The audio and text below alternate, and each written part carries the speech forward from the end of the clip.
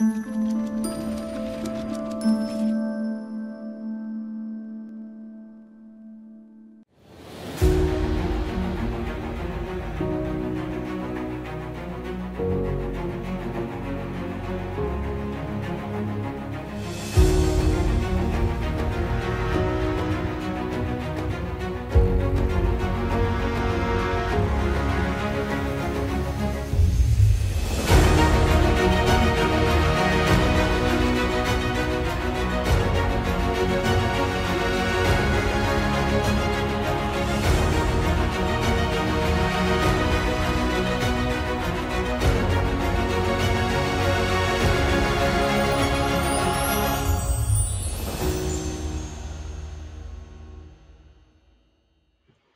right, good afternoon, everybody.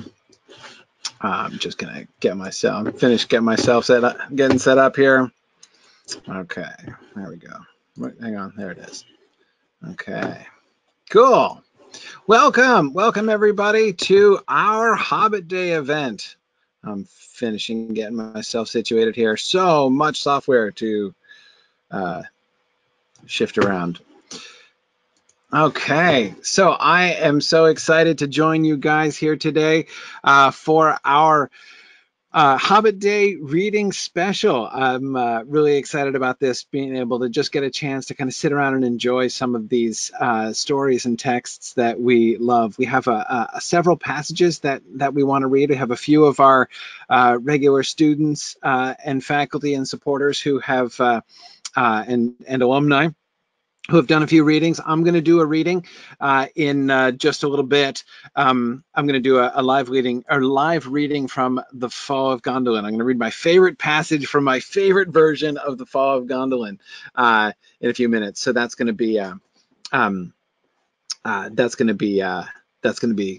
really fun. So let's and I look forward to your participation after we do the readings. Then we're going to have some discussion. I have some guests and friends that we are that I've invited in to come and talk with us. Really look forward to your comments and thoughts as well. You can enter your comments and thoughts if you are in our GoToWebinar session with us. You can use the questions box there. And you can enter questions and comments there, and I'll see them. Or you can go to our Twitch page. We are, in fact, streaming on Twitch as well at the same time. So on Twitch, twitch.tv/SignumU is where you can find us there. And I see the Twitch chat going on there as well. So either one of those will work. But to start off, let me just kind of give you a few sort of pointers and directives here. This is, of course, also the first day of our annual fundraising campaign. This is the 6th annual fundraising campaign. Our first one was way back in 2015 or 2013 rather.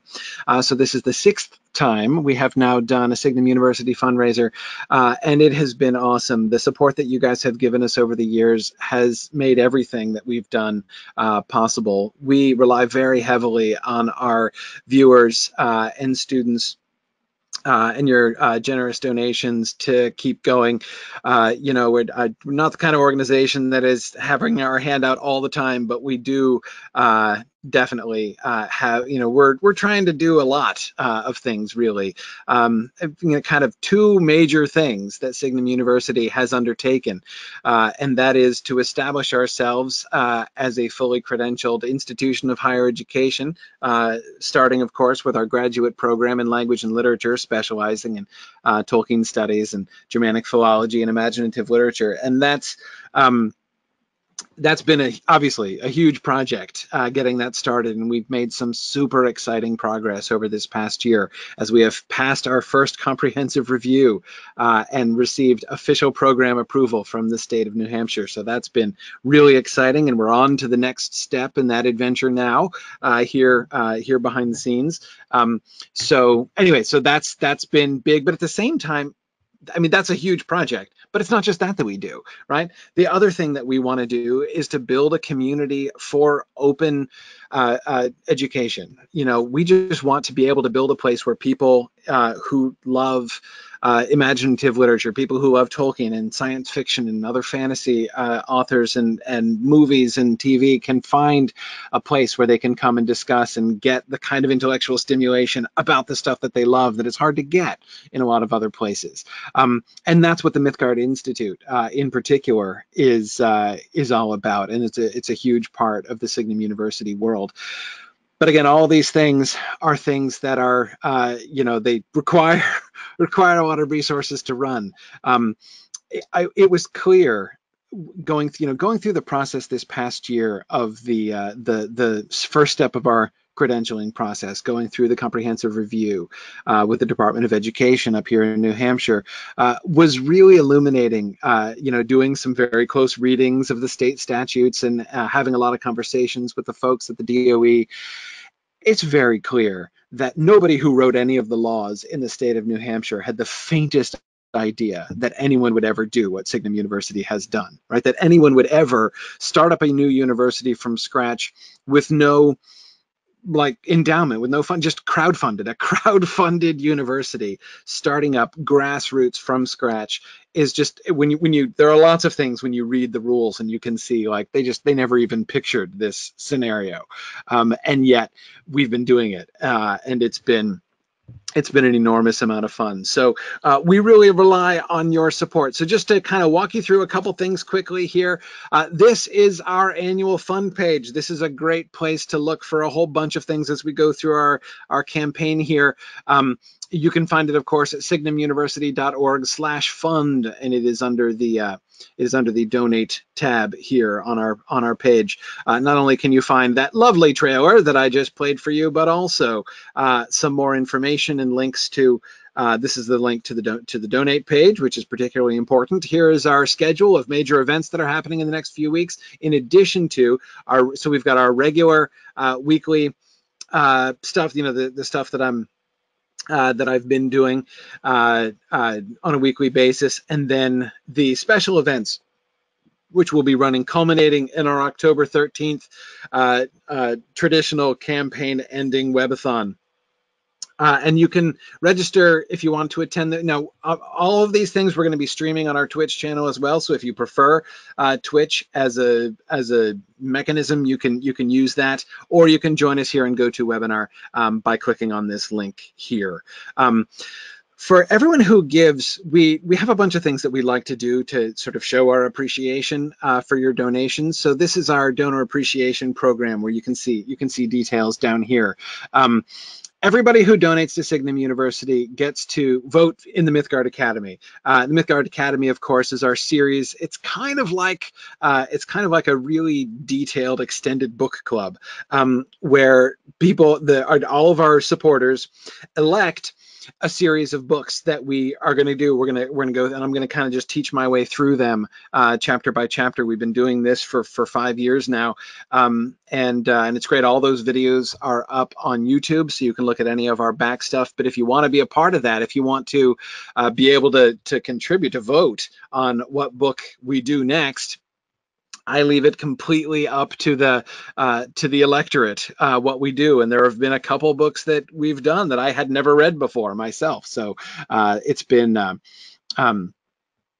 cool. It's been really fun. So anyway, so right now we are doing Le Morte d'Arthur by Sir Thomas Malory, which is the biggest, most ambitious project the Mythgard Academy has ever undertaken.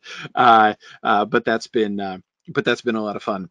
However, if you also would like to participate on an even higher level and participate in the nomination process for the Mythgard Academy, then you need to be a member of the Council of the Wise. And everybody who donates $100 over the course of the year, all these totals, by the way, are totals for the entire year, our fiscal year, which stretches from August 1st through July 31st.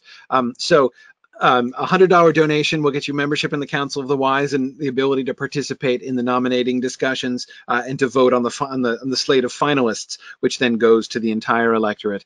Or if you donate, set up a monthly donation of $10 a month, that also will qualify you for the Council of the Wise.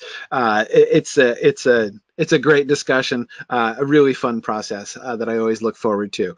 But we also have more. If you donate $150, or again, that breaks down to $12 monthly, then you'll also get some special Signum memorabilia. We have a new set of these every year. We have you can choose between a mug or a bag, like a tote bag, featuring our annual campaign graphic. And at $200, now this is brand new. For those of you who have done the campaign before and have been kind of dozing off because you're like, yeah, I know this. We've kind of done this before. This is brand new. I'm really excited about this. This year, I'm establishing a new thing called the Signum Fellowship. And what we're going to do is all the members of the Signum Fellowship will be invited to attend a special monthly meeting. I'm going to meet with you guys once a month live. Just to kind of update you guys and keep you in the loop, to tell you, here's the stuff that's going on at Signum, here are the things that we're planning and thinking about. I might ask for your feedback on some things.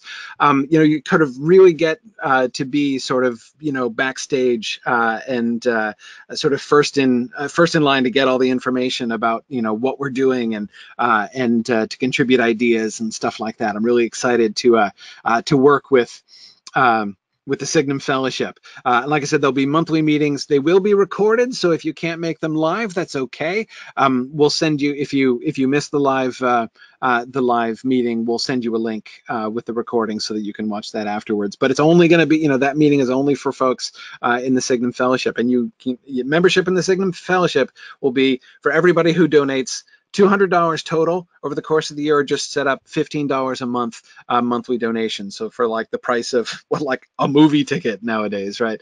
You can get into the Signum Fellowship. If you donate $250 or only $20 a month, you can you get all this is all cumulative, of course. You get all the stuff from earlier on as well, but you'll also get access to the lecture archives from one of the courses in the Signum catalog. So if you look through all of the courses that we've offered, and you can click on that link there and see all the courses that we've had, you can access all the materials and listen through them like one of the great courses and that kind of thing. If you donate $500 or $40 a month, you can do all of that, and you'll get a second course as well. And if you donate $1,000 or more, then we'll do a special session of your choice, in which you can appear as a guest or panelist if you want. One of our Signum Symposia, one of our Mythgard Movie Club sessions. You can appear in one of Gryfflet's Lotro adventures and quest with me. We can do a special one-shot Mythgard Academy class if there's like a TV show, or a TV episode, or a short story, or something short that we can do in one session. We can do that too. So you get to kind of choose your own show, and we'll do whatever you want if you for our $1,000 donors. Our $2,500 donors will also get VIP admission to Mythmoot 6 included, and all you have to do is get yourself there, and then we'll treat you there. So that's and that Mythmoot is such a wonderful gathering. This is in June, so this will be for June 2019, Mythmoot 6, and yeah, and so then $5,000 and up you can pick it's like a Mythgard Academy class. You just you get to pick a book all by yourself. Whatever you want to do, we'll do. A book, again, like a film series, a TV series. If you want to do, like a Mythgard Academy series on like the entire, like an entire season of Doctor Who or whatever, we could do that. It's fine. Your choice. And then for those who donate $10,000 or more, you will get lifetime access to all of the lecture archives of the Signum catalog. So not only will you get access to every single course we have ever taught, you will get access to every single course we ever do teach and add to our catalog down the road. So that's the Signum course catalog will be open to you for life for a $10,000 donation. Anyway, so yes, and again, yes, just to clarify again, all of these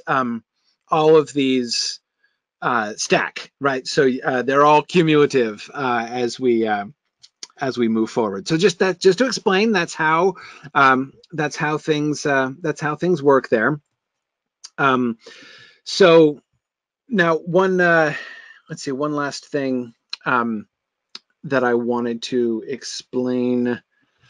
I think no, I think I'm good. So many thanks to those of you who have, oh yeah, that's right. I remember the thing that I was going to explain. If you have a monthly donation set up, and many people did establish monthly donations last year, which is great. If you have a monthly donation already set up in our system, and you want to increase it, there are a couple ways you can do that. If you want to just sort of add a second one, and then they'll both run, and we can add them up, that's fine. Or if you want to replace a monthly donation with a new one, that's really easy. Just set up a new monthly donation and send us an email to donate@signumuniversity.org. Donate at signumu.org, and we'll get that fixed for you. We'll cancel your old one and keep the new one, and that's easy enough to do. All right. So, and I should mention, of course, our overall goal. So our goal last year for our fundraising campaign was $60,000 for our annual fund to help our budget. And I'm going to break all that down later on. I'm going to do a State of the University address at the webathon at the end, and I'll do a full financial breakdown. One of the things that we really believe in at Signum University is transparency. There are many places out there that tell you they're nonprofits, but they won't show you their books because I don't know why. But we will. We'll show you exactly what our budget is and where we're spending our money, and how this all works, and what we need your money for, and what our plans are, and all that kind of thing. David, great question. David asks, if someone does the $5,000 donation, does that overrule the decision of the voters? Nah, it'd be in addition. We would add that. We need to work it into the cycle, of course. Or depending on what it is, we might do it in parallel as well. We'd have to sort of see how that worked out. But yeah, it wouldn't overrule. It wouldn't be you have the chance to seize power over all of your peers. We would continue the regular process there as well. Anyway, so like I said, last year our goal for our annual fund was $60,000, which we hit last year. We raised $60,000 for the annual fund last year. Then you may remember in April, we ran a little mini campaign to help support our credentialing fund when we began serious conversations with the state of New Hampshire, and were informed what exactly the fee structure was to complete our credentialing process. And you guys responded with such wonderful generosity. Then we raised $31,000 back in April, which completely paid for our New Hampshire process. And for part of the accreditation process to follow as well. We do still also need some more money for that, as you know, for that moving forward. So so we raised a total of $90,000, over $90,000 during our last fiscal year, which was amazing. We actually don't need, I wouldn't say no to that again. We don't need quite that much again this year. Our goal is going to be $70,000. With $70,000, we can cover what we need for our annual budget, and we can cover our the next step of our credentialing costs as well.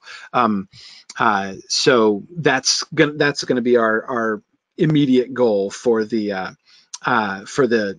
campaign. See if we can get up, see how close we can get to our $70,000 goal during the course of this campaign. So the last thing, of course, how do you make a donation? Well, that's easy. You go to the donate tab and you click on the donate now page, or you go down here and you click on this link down here and you say, yes, I want to support Signum University, and it'll take you to this very simple web form here where you can donate to the annual fund, and you can choose one of these amounts or type in something else, one time a recurring donation, and then that's it.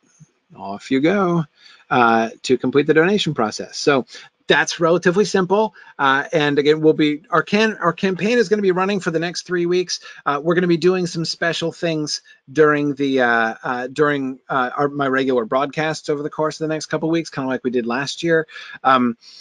So we're gonna be doing that tonight. We wanted to start off just by giving away some prizes. So tonight our readings are going to be focused on 3 different authors, which kind of represent 3 of the different kind of areas of interest that we have, especially at Mythgard. The first is going to be Tolkien, of course, and then the second one is going to be Harry Potter. We're going to have a couple Harry Potter readings by one of our faculty members, Maggie Park, and then the third is going to be from Ursula Le Guin, representing also our science fiction students. So we're going to have readings from those 3. After the readings for each one, we're going to give away one of our anytime audits. So we're going to give away access, full access to one of our archived courses. So after the Tolkien readings, we're going to give away access to the story of the Hobbit. Which is the one of the when did I first teach that? Oh, I know when I first taught that, fall of 2012, of course, on the 75th anniversary. That's when I taught that.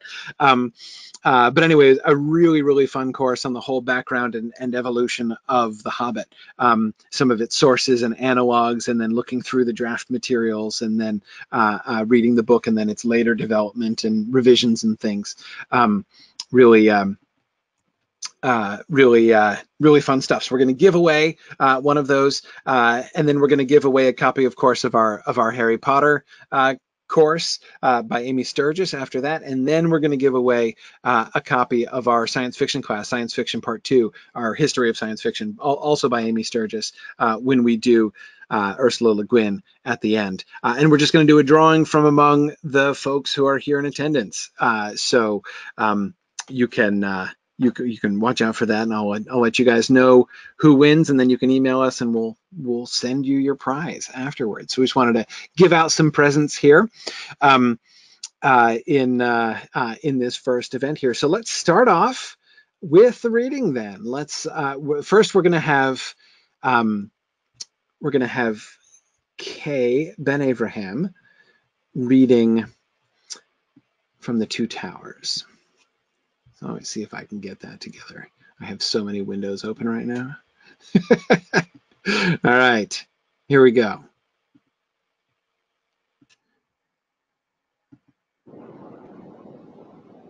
From the Two Towers.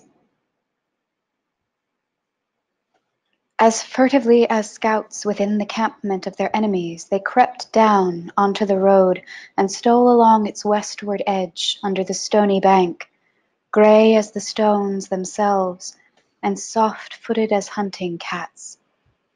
At length they reached the trees, and found that they stood in a great roofless ring, open in the middle to the sombre sky, and the spaces between their immense boles were like the great dark arches of some ruined hall.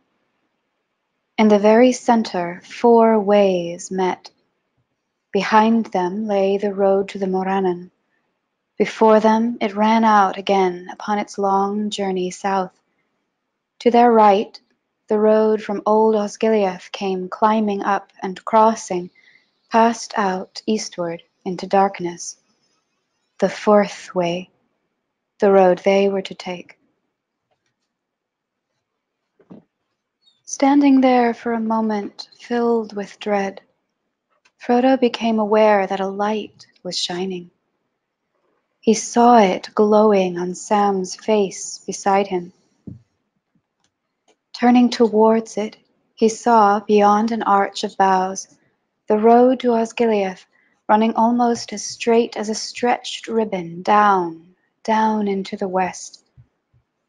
There, far away, beyond sad Gondor now overwhelmed in shade, the sun was sinking, finding at last the hem of the great slow-rolling pall of cloud, and falling in an ominous fire towards the yet unsullied sea. The brief glow fell upon a huge sitting figure, still and solemn as the great stone kings of Argonath. The years had gnawed it and violent hands had maimed it.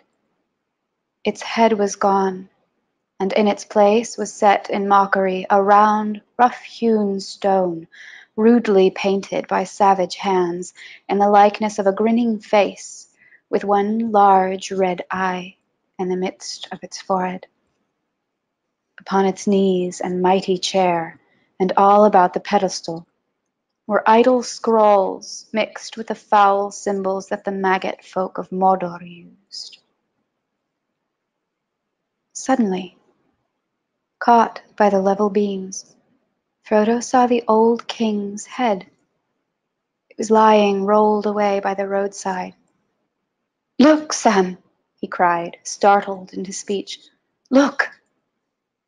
The king has got a crown again." The eyes were hollow and the carven beard was broken. But about the high, stern forehead there was a coronal of silver and gold. A trailing plant with flowers like small white stars had bound itself across the brows as if in reverence for the fallen king. And in the crevices of his stony hair, yellow stonecrop gleamed. "They cannot conquer forever," said Frodo. And then suddenly the brief glimpse was gone. The sun dipped and vanished, and as if at the shuttering of a lamp, black night fell.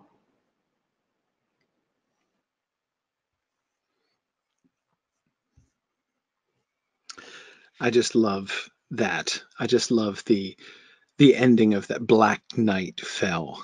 Um, Tolkien is wonderful at those little phrases, and in particularly just the spondaic feel of that, three syllables, all equal weight, right? Black night fell.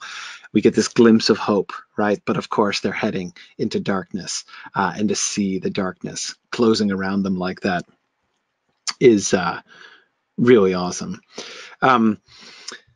Okay, so I wanted to do a reading now as well. As I said, I'm going to read my favorite passage from my favorite version of the Fall of Gondolin story in celebration of the release of the book this year. So I'm going to do, so the version, which is my favorite version, here we go, let's see. Okay, the version is from the 1951 version. This is the version that's published in Unfinished Tales originally. And I'm going to start at the place where Tuor arrives in Vinyamar and sees the armor. As he stood before the great chair in the gloom, and saw that it was hewn of a single stone, and written with strange signs, the sinking sun drew level with a high window under the westward gable, and a shaft of light smote the wall before him, and glittered as it were upon burnished metal.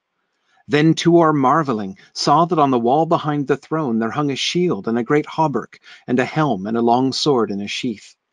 The hauberk shone as it were wrought of silver untarnished, and the sunbeam gilded it with sparks of gold. But the shield was of a shape strange to Tuor's eyes, for it was long and tapering, and its field was blue, in the midst of which was wrought an emblem of a white swan's wing. Then Tuor spoke, and his voice rang as a challenge in the roof. "By this token I will take these arms unto myself, and upon myself whatsoever doom they bear." And he lifted down the shield, and found it light and wieldy beyond his guess, for it was wrought, it seemed, of wood, but overlaid by the crafts of elven smiths with plates of metal, strong yet thin as foil, whereby it had been preserved from worm and weather. Then Tuor arrayed himself in the hauberk, and set the helm upon his head, and he girt himself with the sword. Black were sheath and belt with clasps of silver. Thus armed he went forth from Turgon's hall, and stood upon the high terraces of Terrace, in the red light of the sun. None were there to see him, as he gazed westward, gleaming in silver and gold, and he knew not that in that hour he appeared as one of the mighty of the West, and fit to be the father of the kings of men beyond the sea, as it was indeed his doom to be. But in the taking of those arms, a change came upon Tuor, son of Huor, and his heart grew great within him. And as he stepped down from the doors, the swans did him reverence, and plucking each a great feather from their wings, they proffered them to him, laying their long necks upon the stone before his feet. And he took the 7 feathers, and set them in the crest of his helm, and straightway the swans rose, and flew north in the sunset, and Tuor saw them no more. Now Tuor felt his feet drawn to the sea strand, and he went down by long stairs to a wide shore upon the north side of Terras Ness. And as he went, he saw that the sun was sinking low into a great black cloud that came up over the rim of the darkening sea. And it grew cold, and there was a stirring and murmur as of a storm to come. And Tuor stood upon the shore, and the sun was like a smoky fire behind the menace of the sky, and it seemed to him that a great wave rose far off and rolled towards the land. But wonder held him, and he remained there unmoved. And the wave came towards him, and upon it lay a mist of shadow. Then suddenly as it drew near it curled, and broke, and rushed forward in long arms of foam, but where it had broken there stood dark against the rising storm a living shape, of great height and majesty. Then Tuor bowed in reverence, for it seemed to him that he beheld a mighty king. A tall crown he wore like silver, from which his long hair fell down as foam glimmering in the dusk. And as he cast back the grey mantle that hung about him like a mist, behold, he was clad in a gleaming coat, close fit as the mail of a mighty fish, and in a kirtle of deep green that flashed and flickered with sea fire as he strode slowly towards the land. In this manner the dweller of the deep, whom the Noldor named Ulmo, Lord of Waters, showed himself to Tuor, son of Huor, of the house of Hador, beneath Vinyamar. He set no foot upon the shore, but standing knee-deep in the shadowy sea, he spoke to Tuor, and then for the light of his eyes, and for the sound of his deep voice, that came as it seemed from the foundations of the world, fear fell upon Tuor, and he cast himself down upon the sand. "Arise, Tuor, son of Huor," said Ulmo. "Fear not my wrath, though long have I called to thee unheard, and setting out at last thou hast tarried on thy journey hither. In the spring thou shouldst have stood here, but now a fell winter cometh soon from the land of the enemy. Haste thou must learn, and the pleasant road that I designed for thee must be changed. For my counsels have been scorned, and a great evil creeps upon the valley of Sirion, and already a host of foes is come between thee and thy goal." "What then is my goal, Lord?" said Tuor. "That which thy heart hath ever sought," answered Ulmo, "to find Turgon, and look upon the hidden city. For thou art arrayed thus to be my messenger, even in the arms which long ago I decreed for thee. Yet now thou must under shadow pass through peril. Wrap thyself therefore in this cloak, and cast it never aside, until thou come to thy journey's end." Then it seemed to Tuor that Ulmo parted his grey mantle, and cast to him a lappet, and as it fell about him, it was for him a great cloak, wherein he might wrap himself over all, from head to foot. "Thus shalt thou walk under my shadow," said Ulmo, "but tarry no more, for in the lands of Anar, and in the fires of Melkor, it will not endure. Wilt thou take up my errand?" "I will, Lord," said Tuor. "Then I will set words in thy mouth to say unto Turgon," said Ulmo. "But first I will teach thee, and some things thou shalt hear which no man else hath heard, nay, not even the mighty among the Eldar." And Ulmo spoke to Tuor of Valinor, and its darkening, and the exile of the Noldor, and the doom of Mandos, and the hiding of the Blessed Realm. "But behold," said he, "in the armour of fate, as the children of earth name it, there is ever a rift, and in the walls of doom a breach, until the full making, which ye call the end. So it shall be while I endure, a secret voice that gainsayeth, and a light where darkness was decreed. Therefore, though in the days of this darkness I seem to oppose the will of my brethren, the lords of the West, that is my part among them, to which I was appointed ere the making of the world. Yet doom is strong, and the shadow of the enemy lengthens, and I am diminished, until in Middle-earth I am become now no more than a secret whisper. The waters that run westward wither, and their springs are poisoned, and my power withdraws from the land. For elves and men grow blind and deaf to me because of the might of Melkor. And now the curse of Mandos hastens to its fulfillment, and all the works of the Noldor shall perish, and every hope which they build shall crumble. The last hope alone is left, the hope that they have not looked for and have not prepared, and that hope lieth in thee, for so I have chosen. Then shall Turgon not stand against Morgoth, as all the Eldar yet hope? Said Tuor. And what wouldst thou of me, Lord, if I come now to Turgon? For though I am indeed willing to do as my father and stand by that king in his need, yet of little avail shall I be, a mortal man alone, among so many and so valiant of the high folk of the West. If I choose to send thee, Tuor, son of Huor, then believe not that thy one sword is not worth the sending. For the valor of the Edain the elves shall ever remember as the ages lengthen, marveling that they gave life so freely, of which on earth they had so little. But it is not for thy valor alone, but it is not for thy valor only that I send thee, but to bring into the world a hope beyond thy sight, and a light that shall pierce the darkness. And as Ulmo said these things, the mutter of the storm rose to a great cry, and the wind mounted, and the sky grew black, and the mantle of the Lord of Waters streamed out like a flying cloud. Go now, said Ulmo, lest the sea devour thee, for Ase obeys the will of Mandos, and he is wroth, being a servant of the doom. As thou commandest, said Tuor, but if I escape the doom, what words shall I say to Turgon? If thou come to him, answered Ulmo, then the words shall arise in thy mind, and thy mouth shall speak as I would. Speak and fear not, and thereafter do as thy heart and valor lead thee. Hold fast to my mantle, for thus shalt thou be guarded. And I will send one to thee out of the wrath of Ase, and thus shalt thou be guided. Yea, the last mariner of the last ship that shall seek into the west until the rising of the star. Go now, back to the land. Then there was a noise of thunder, and lightning flared over the sea, and Tuor beheld Ulmo standing among the waves, as a tower of silver flickering with darting flames, and he cried against the wind, I go, Lord, yet now my heart yearneth rather to the sea. And thereupon Ulmo lifted up a mighty horn, and blew upon it a single great note, to which the roaring of the storm was but a wind-flaw upon a lake. And as he heard that note, and was encompassed by it, and filled with it, it seemed to Tuor that the coasts of Middle-earth vanished, and he surveyed all the waters of the world in a great vision, from the veins of the lands to the mouths of the rivers, and from the strands and estuaries out into the deep. The great sea he saw through its unquiet regions, teeming with strange forms, even to its lightless depths, in which amid the everlasting darkness there echoed voices terrible to mortal ears. Its measureless plains he surveyed with the swift sight of the Valar, lying windless under the eye of Anar, or glittering under the horned moon, or lifted in hills of wrath that broke upon the shadowy isles, until, remote upon the edge of sight, and beyond the count of leagues, he glimpsed a mountain, rising beyond his mind's reach into a shining cloud, and at its feet a long surf glimmering. And even as he strained to hear the sound of those far waves, and to see clearer that distant light, the note ended, and he stood beneath the thunder of the storm, and lightning many-branched rent asunder the heavens above him. And Ulmo was gone, and the sea was in tumult, as the wild waves of Ase rode against the walls of Nevrast.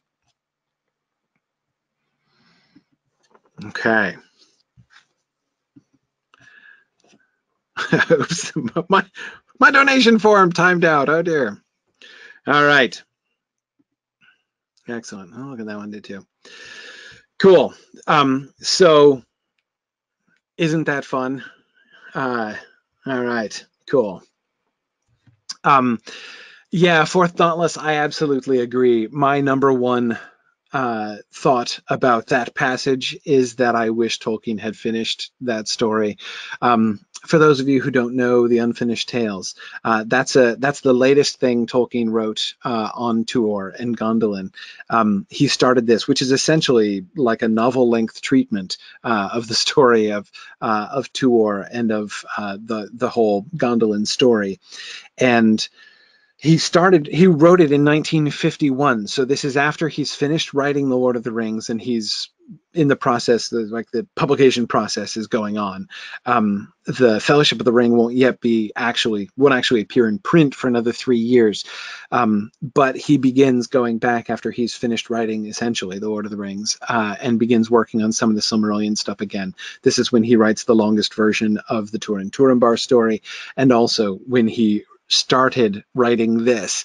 And he got as far as Tuor arriving at Gondolin. Like, he goes through the gates from the hidden pass and sees the valley of Gondolin before him in the city in the distance, and it stops. And that's all. We don't even get his arrival in the city. And there is no question in my mind,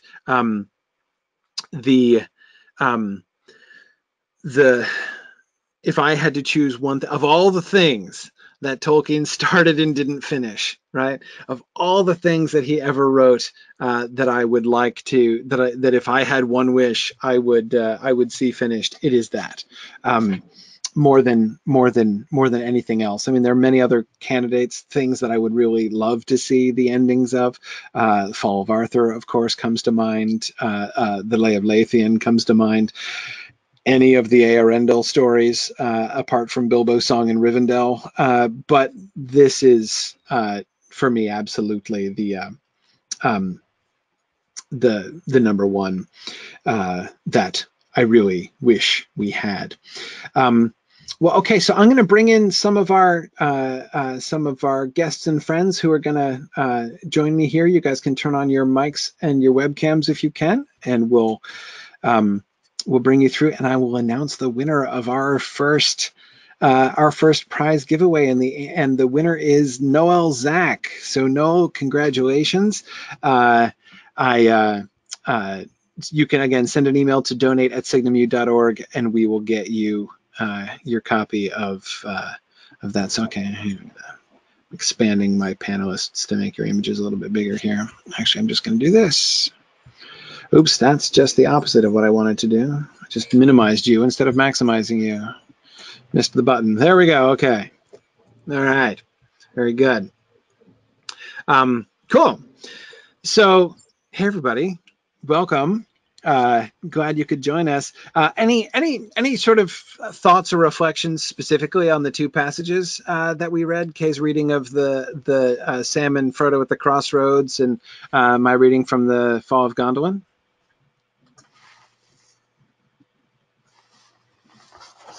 Well, we all agree Kay should be doing audiobooks. She has just a lovely voice. Yes, Kay really does. Kay is a wonderful reader, no questions. I'm just struck by the wonder of that second passage, even the word wonder in there. It just, the images that arise in my mind as I listen to that are so stunning and so beautiful that it just strikes me all over every time I hear that read aloud. Yeah,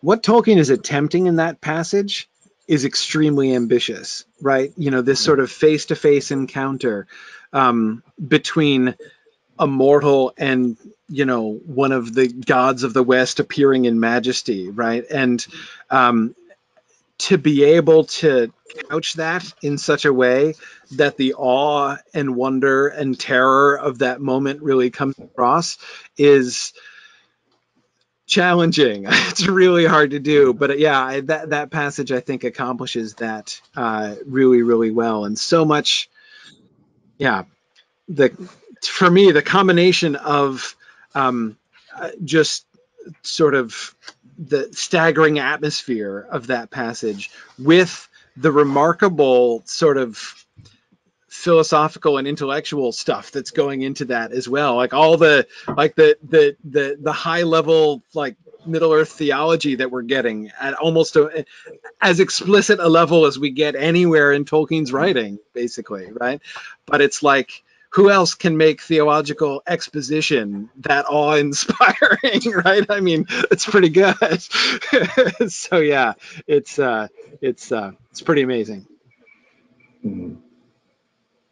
Yeah, I was struck by just I think Light and Darkness came out pretty well in Kay's reading, and then of course it's here as well, but it's bound up with like creation and apocalypse, right? So there's this real kind of bringing together of those things, and then hope and calling, how they fit within the midst of this. So we've got in this first piece, you've got the hobbits as the light kind of flicks out, but the last word is hope. I don't know how good a hope it is, but it's hope. And then in this one, we have this sort of parallel to the calling of Moses, right?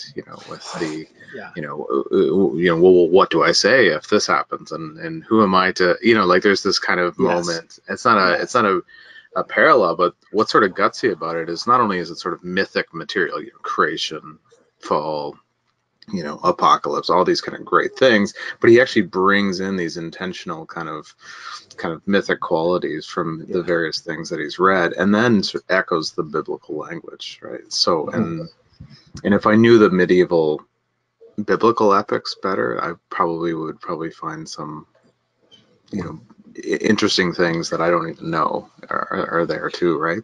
Yeah, no, I mean, it is. I agree. It's like the way that he combines. It is. I agree with you. A very biblical moment there, right? It is very like the calling of Moses. It's also very like the calling of Isaiah, right? And Isaiah's response, to that call. Tuor's response echoes that as well, right? So, but yeah, it's. The number of things that he's bringing together there are really amazing. By the way, I haven't introduced anybody, so here you all are and we're talking, and I should introduce who you are. This is on my screen here, top right, we have Tom Hillman, a longtime listener and participant in the Mythgard Academy and Exploring the Lord of the Rings and many other things, has presented many wonderful papers and things at Mythmoots and various other conferences that we've done. Always great to have Tom join us. We have Chris Swank, who is a Signum alumna and faculty member. Joining us from out west here today, out in a place where it is obviously sunnier than it is where I am. So that's... I have the shades completely shut. Yes. Because it's so sunny. Yeah, there it is. Yeah. Whereas I'm under a spotlight here because, I'm in a dark basement in New Hampshire. So there we are. And then we have Brenton, who's even further north than I am, up there in Prince Edward Island, Canada. Brenton Dickinson, also a member of the Signum faculty, and Amy Trulin, one of our current students. So anyway, again, thanks everybody for joining us. But anyway, I really liked, I didn't actually coordinate with Kay on the two readings, but I thought that the two of them actually go together really interestingly, right? In the Fall of Gondolin, we do have that sort of big picture calling, right? This is the plan. You are there is one hope left for the world, and it's going to come through you, right? And then, of course, to see Frodo and Sam, in that place of the once again sort of enacting a very similar sort of moment, right, where they are, Brenton, as you suggested, kind of fulfilling a calling, but also sort of, I don't know, showing a stage later on down the road from Tuor, right? It's not that they're the end or near the end, but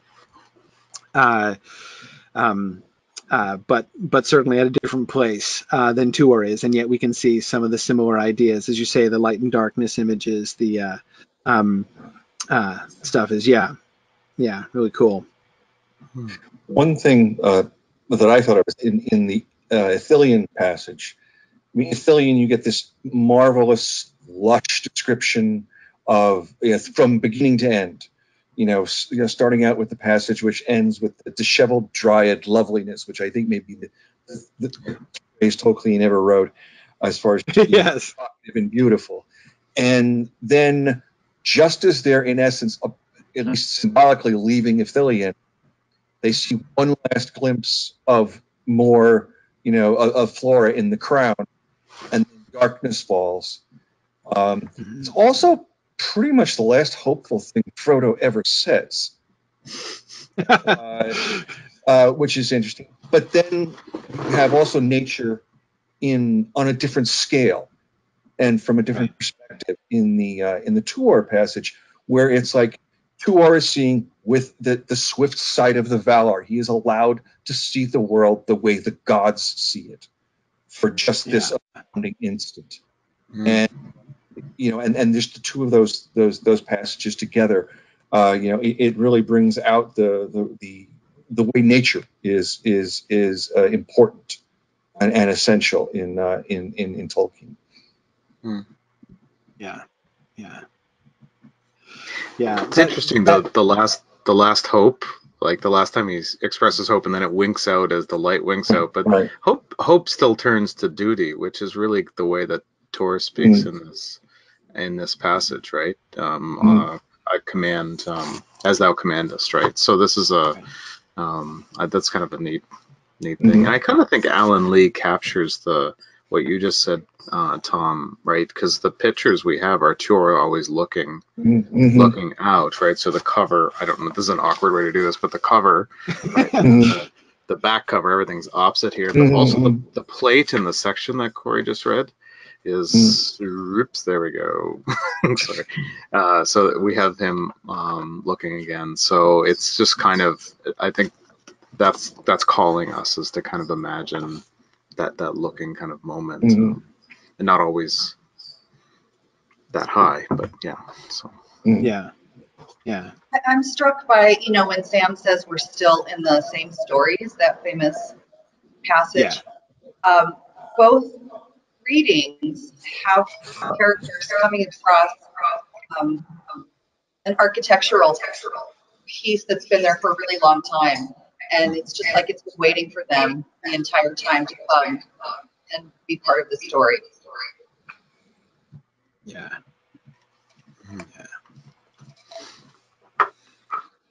Cool. Well, what are some of your favorite passages from Tolkien? Things like, if I had asked you to choose one, and of course we only have so much time today, but so we didn't have that many passages. But if I'd ask you guys each to pick a passage, one that you would like just to read only just because you love it, which passages would you have chosen?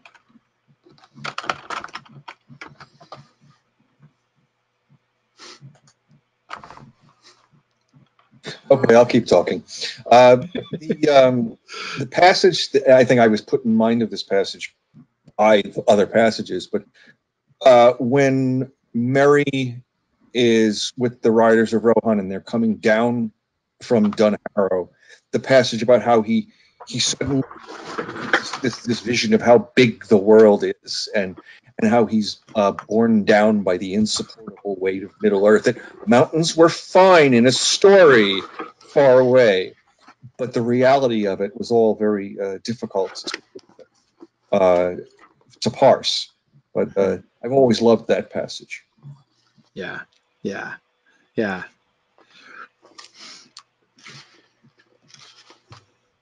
Chris, what would you say?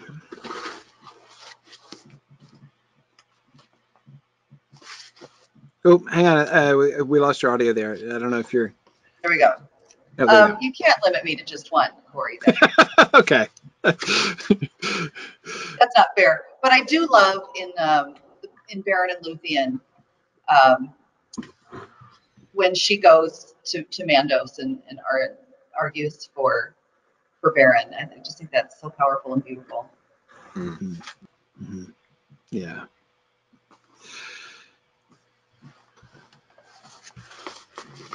If I had to choose a passage, I think I would choose the music of the Einar from the Silmarillion, the creation story and the beauty of that. Again, it's a passage that inspires such awe and wonder. Yeah, I know some people trip over the sort of that myth, the biblical myth stuff. And some you just say, we'll just get into the tale, but I love the myth stuff in the Silmarillion. It's the stuff that I would reread the most. For me, that it's the I wasn't sure, the Tale of Tinuviel, the bit that Aragorn reads or sings in the middle of the Fellowship of the Ring. I wasn't sure if I could find it, but it's the passage. The leaves were long, the grass was green, the hemlock umbles tall and fair, and in the glade a light was seen of stars and shadows shimmering. Right? So that's kind of I mean, it's longish. It's probably a 6 or 7 minute reading, but that's, I guess, if I had to pick one on the spot with no preparation, then that would be probably one I grabbed. Yeah, that is my favorite Tolkien short poem of all of Tolkien short poems. That's the one I would. I mean, there are many that I love, of course, but that's, I think, my favorite one. Yeah, Brendan, we actually just got there and exploring the Lord of the Rings this past couple weeks. I spent, I think, 5 hours talking about that poem. So, well, it's intertextual. You were very restrained, Corey. I was very restrained. I was hustling right along. I was rushing through it. But it brings in like the whole Beren Luthien tales there, and the echo in the Lord of the Rings, and so it is. You could, if you're actually to pick something and just talk about the whole world, that might actually not be a bad entry point in a sense. Something short, right? One passage, that might not be a bad one. So yeah, definitely good. That was an even more powerful passage before we had the Silmarillion.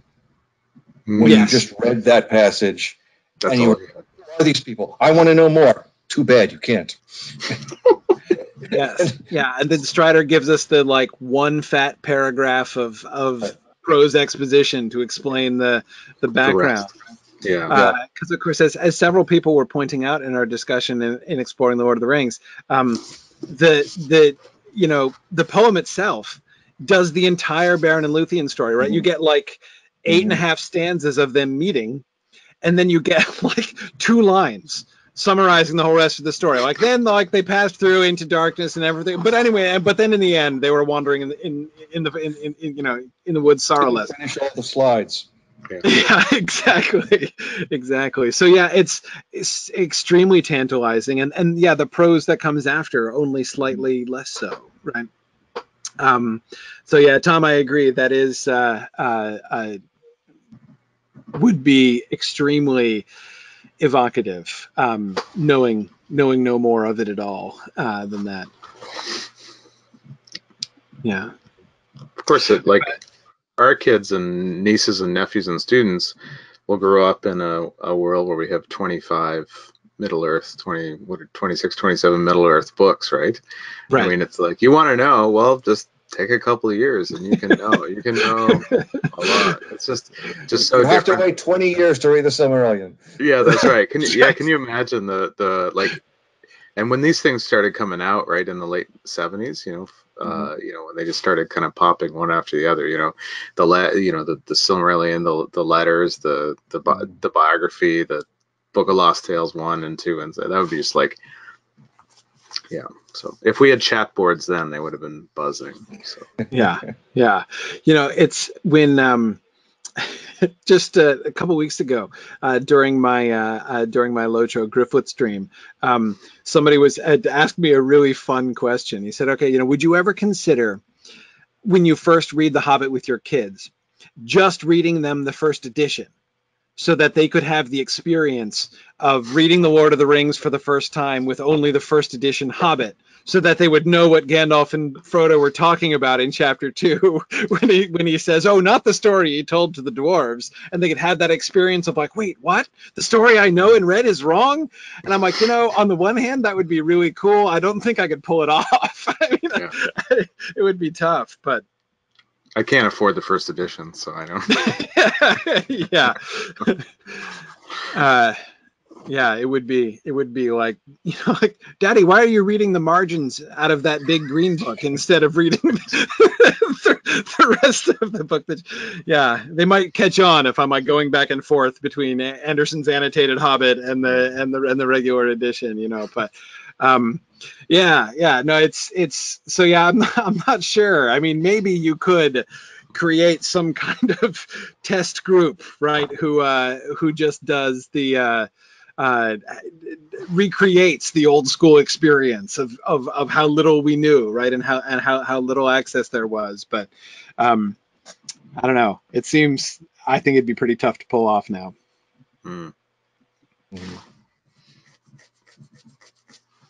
See, other thoughts from people. So I've got a couple people who have contributed in the comments some suggestions about passages that they would read. one Donuts and Dragons here on Twitch says, I like the passage where everything seems lost during the Battle of the Hornburg and then Gandalf arrives. Yeah, the end of the Battle of the Hornburg is really excellent. I've always loved, really, from Aragorn's parley, right, when he comes up above the gate and parleys with the orcs and the Dunlendings,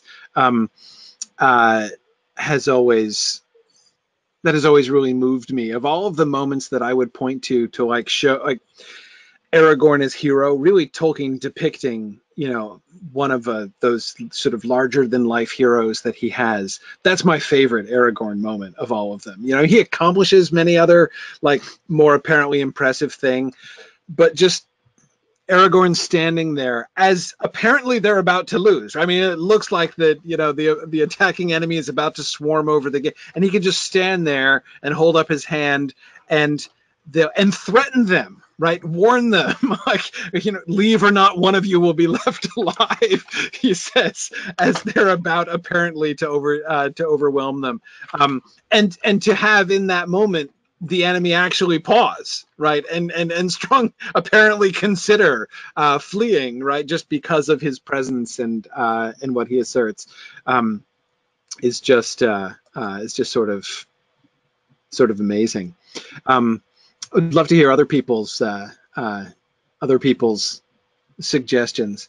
Let's see, we have a vote for the three hunters meeting up with Merry and Pippin in the ruins of Isengard. That's a really good one. I think that my favorite comment there is, as like Gimli is insulting them, right? And Theoden's response is, "We're obviously witnessing the reunion of dear friends," right? Right, exactly. You can tell by how abusive they're being to each other. Yeah,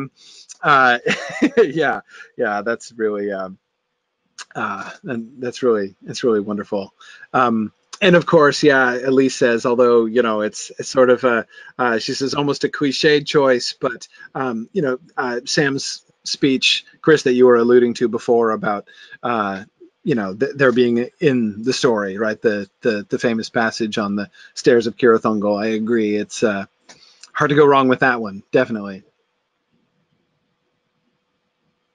Yeah. I do love the walking songs. I know that, like, they're just Hobbitish, and we were walking today with my son's class, and I don't have any walking songs, right? Like, I don't. It's not in our tradition here, probably because we don't walk anymore. But and just how they subtly change, and yeah, and so my son got to read it, the first one, Bilbo's walking song, to the Duchess of Cornwall. So it was a cool moment. He didn't say it was from Tolkien. He said it was written by Bilbo Baggins, which I thought was a good touch too. So that's more like nostalgia. This is this reader response, maybe not the most essential thing in the text. Yeah.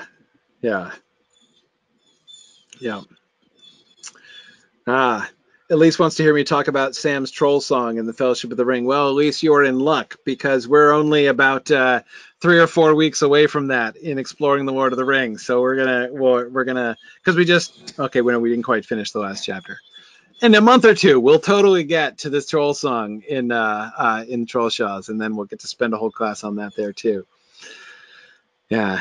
Kristen Hauk says the confrontation between Eowyn and the Witch King, of course, and Bilbo and Smaug's first conversation. Yeah. Yeah. No, that's good. Yeah, both of those are excellent. I just listened to the conversation with Smaug with my sons in the car the other morning. We've been listening to the Silmarillion and the Hobbit, and after this, the Lord of the Rings, in the car on the way to school in the mornings this year. So we just got to conversations with Smaug, which was really fun to hear together. Yeah. Is that the Silmarillion reading with a super deep voice? That's the Martin Shaw reading. Yeah. Is that who it is? I don't know who it is, but I've heard some snatches of it, and it's like, and Melkor. Like, it's just this great, it's like, I'm gonna have him narrate my funeral. I think it would just put me on another age. Yeah. It's good. It's well, of course, it's the only unabridged recording, so I'd listen to it no matter what it was like. But it's, yeah, he does have a great voice, no question. Yeah, cool. Yeah, good. The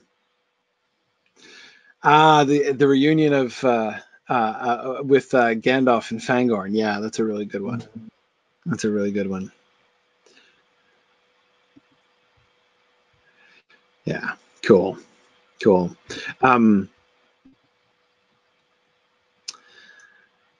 Oh yeah, Jonathan Spencer would choose Thorin and Company's song at the beginning of The Hobbit, the Far Over the Misty Mountains Cold song.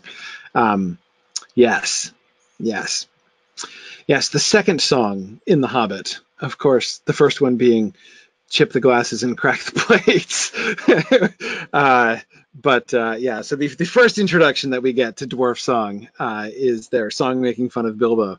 And then, of course, we get which is cool, right? I mean, it's actually kind of interesting. First we get the emphasis on the disruption of Bilbo's household, right? And then, but of course, it's not just mere comedy and chaos that is broken through into Bilbo's house, right? We begin to learn the larger and more epic story behind it. So, yeah.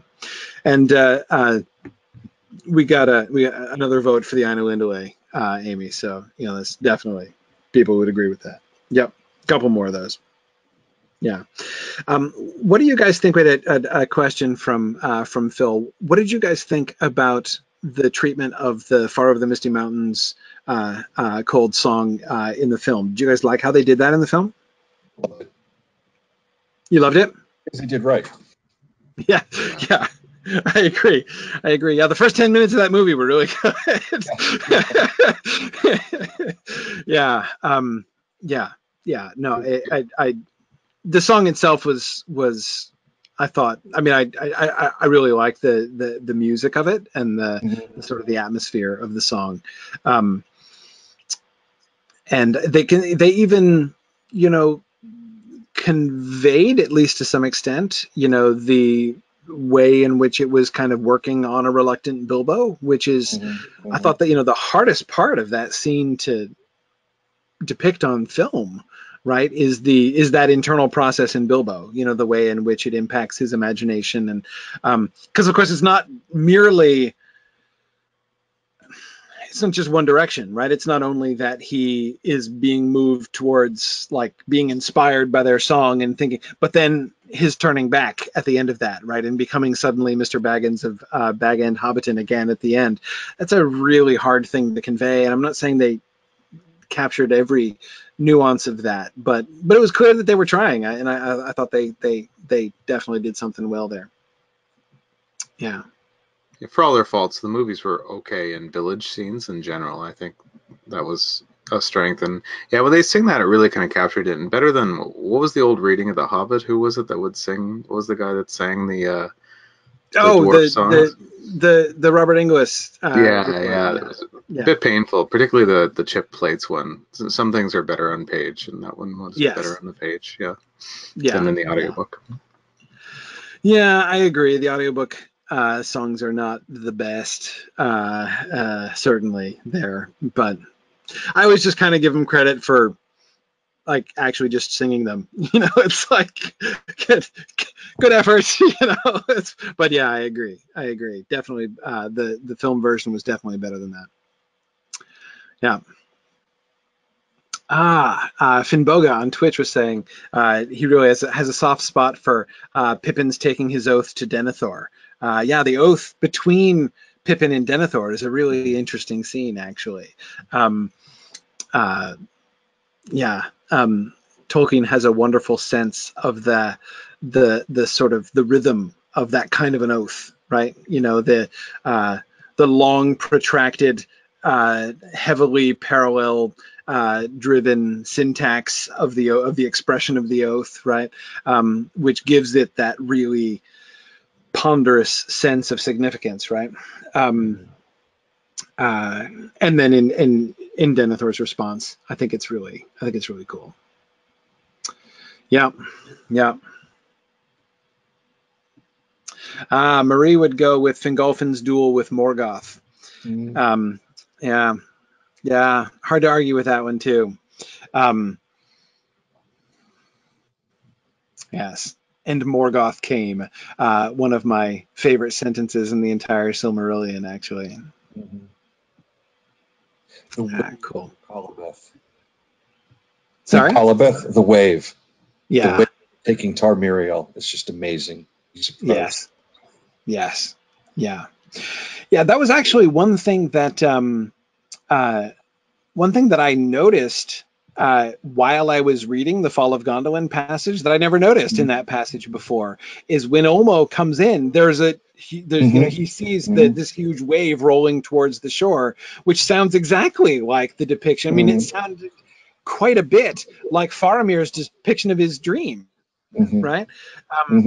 And so I'd never really sort of made that connection before, but yeah, that sense of, the sort of the coming of the end, the coming of doom, there is really interesting. Also, the other thing that really struck me that it's not that I hadn't noticed this before, but that I hadn't really thought through, that really kind of hit me when I was reading it through this past time, was that phrase that Olmo just tosses off when he says the fulfillment of things, or as you say, the end. I was like, whoa, oh wow, okay. I didn't really think about that, but yeah, that brief little glimpse, right, of the viewpoint of the Valar, what you think of as, that thing which you guys call the end of the world, which we just look at as the fulfillment, like that's when it's done finally, right? Almost as if like that's when we can really begin, at last. The process will be complete at that moment, and then we'll be on train to really begin. So yeah, I think that's pretty nifty.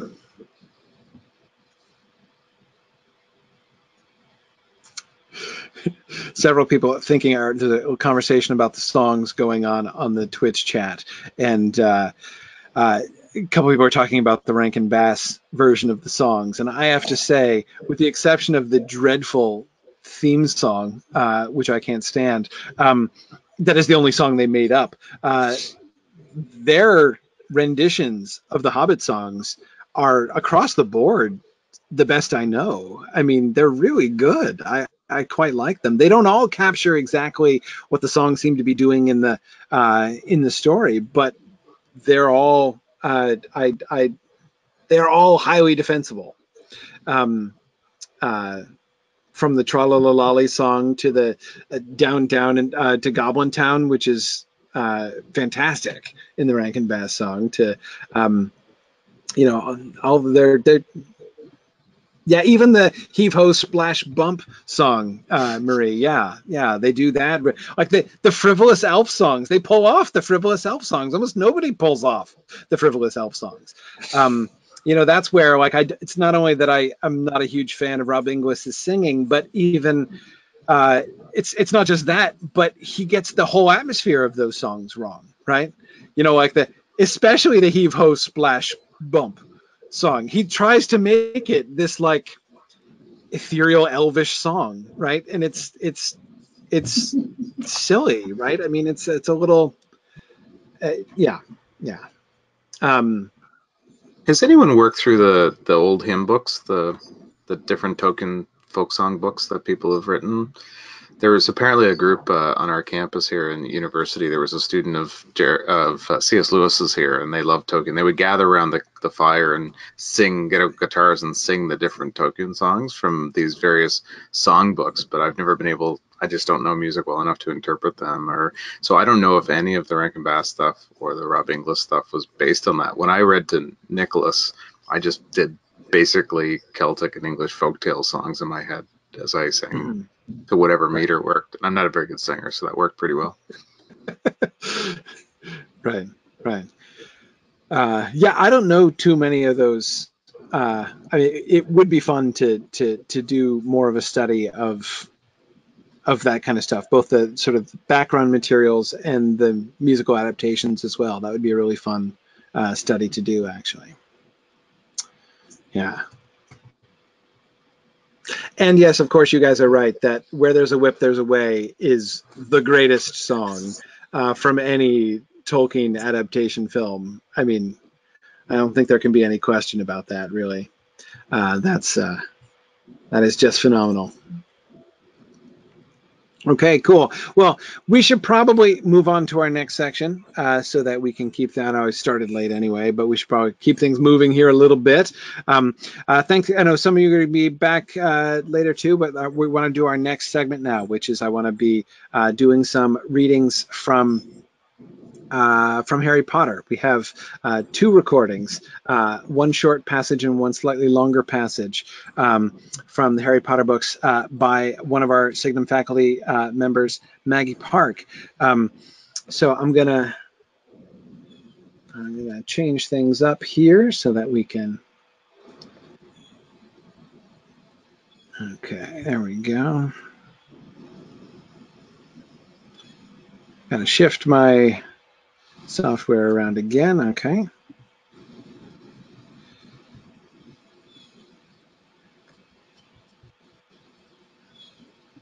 Okay.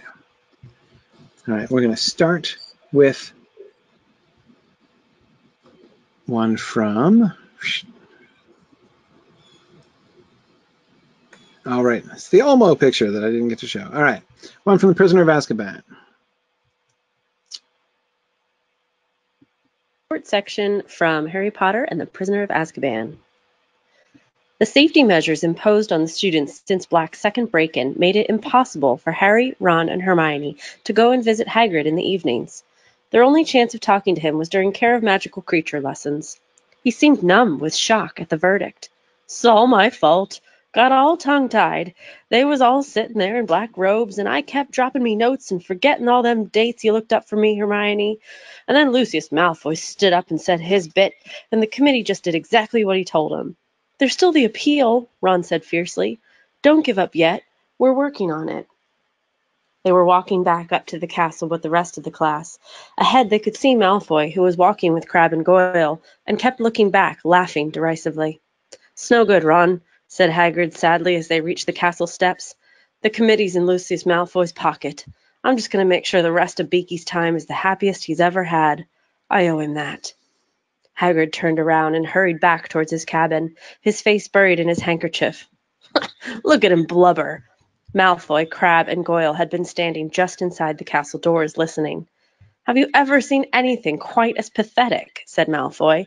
"And he's supposed to be our teacher." Harry and Ron both made furious moves towards Malfoy, but Hermione got there first. Smack! She had slapped Malfoy across the face with all the strength she could muster. Malfoy staggered. Harry, Ron, Crabbe, and Goyle stood, flabbergasted, as Hermione raised her hand again. "Don't you dare call Hagrid pathetic. You foul, you evil—" "Hermione," Ron said weakly, and he tried to grab her hand as she swung it back. "Get off, Ron." Hermione pulled out her wand. Malfoy stepped backward.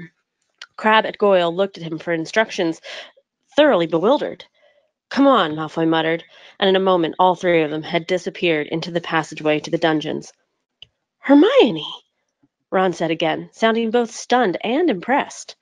"Harry, you'd better beat him in the Quidditch final," Hermione said shrilly. "You just better had, because I can't stand it if Slytherin wins." "We're doing charms," said Ron, still goggling at Hermione.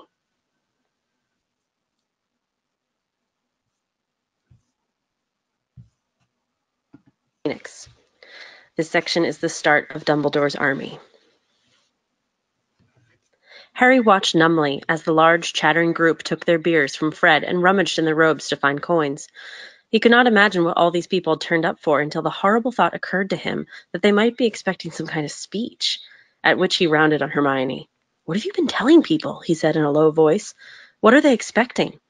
I've told you, they just want to hear what you've got to say, said Hermione soothingly. But Harry continued to look at her so furiously that she added quickly, You don't have to do anything yet. I'll speak to them first. Hi, Harry, said Neville, beaming and taking a seat opposite him. Harry tried to smile back, but did not speak. His mouth was exceptionally dry. Cho had just smiled at him and sat down on Ron's right. Her friend, who had curly reddish-blonde hair, did not smile, but gave Harry a thoroughly mistrustful look, which plainly told him that, given her way, she would not be here at all.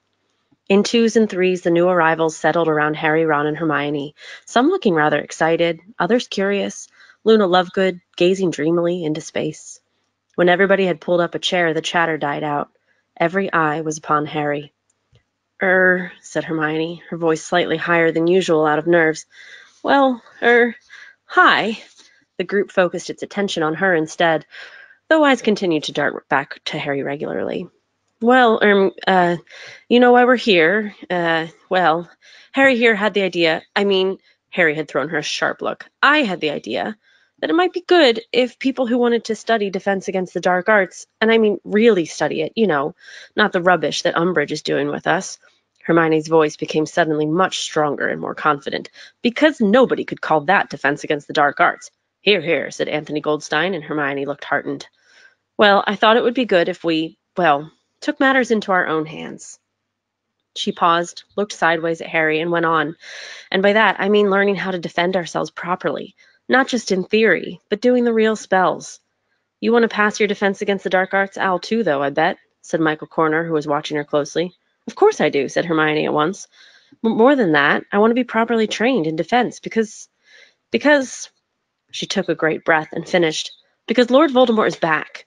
The reaction was immediate and predictable. Cho's friend shrieked and slopped butterbeer down herself. Terry Boot gave a kind of involuntary twitch.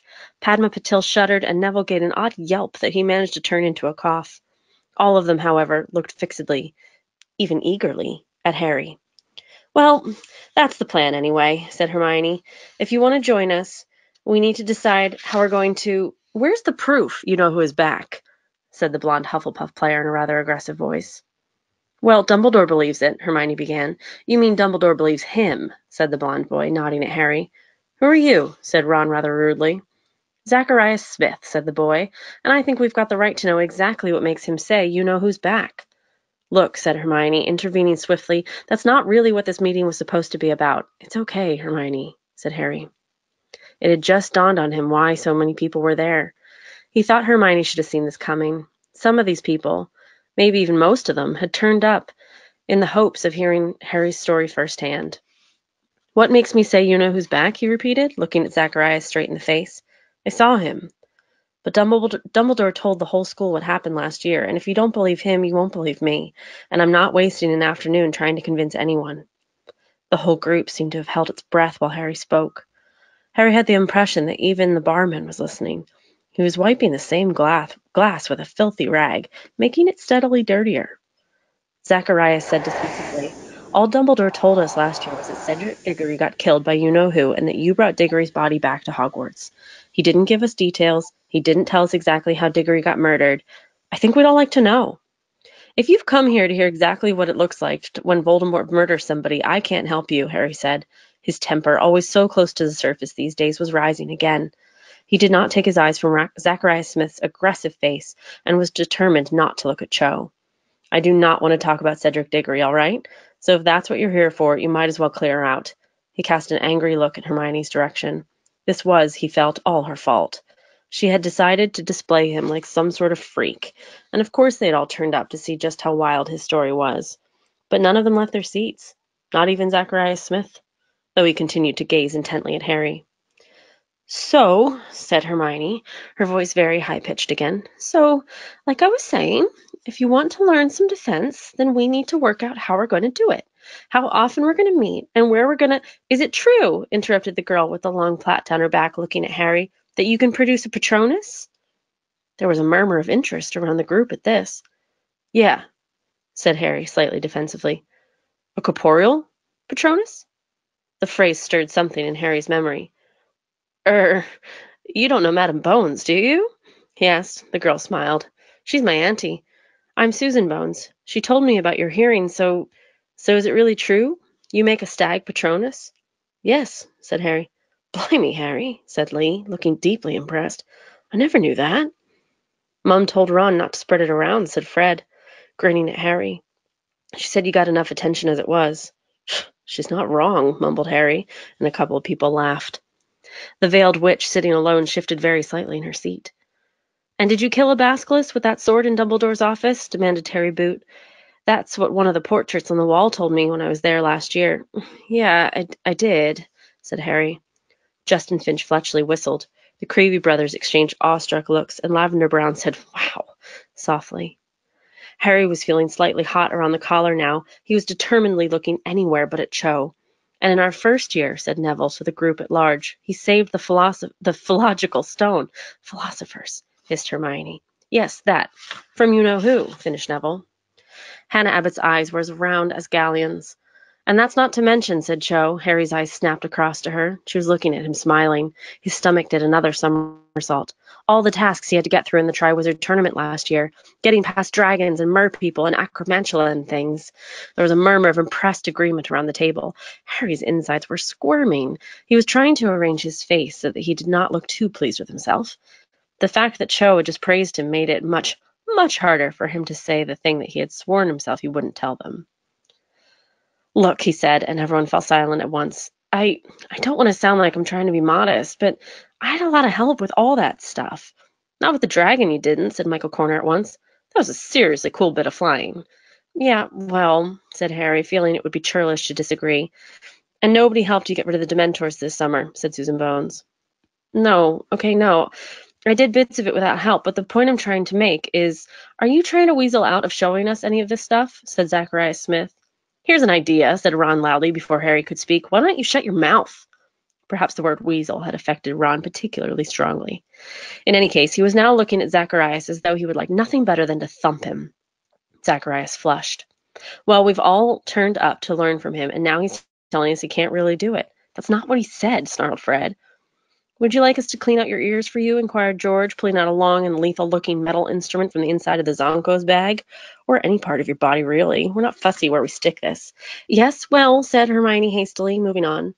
The point is, are we agreed that we want to take lessons from Harry? There was a murmur of general agreement. Zacharias folded his arms and said nothing, though perhaps this was because he was too busy keeping an eye on the instrument in Fred's hand.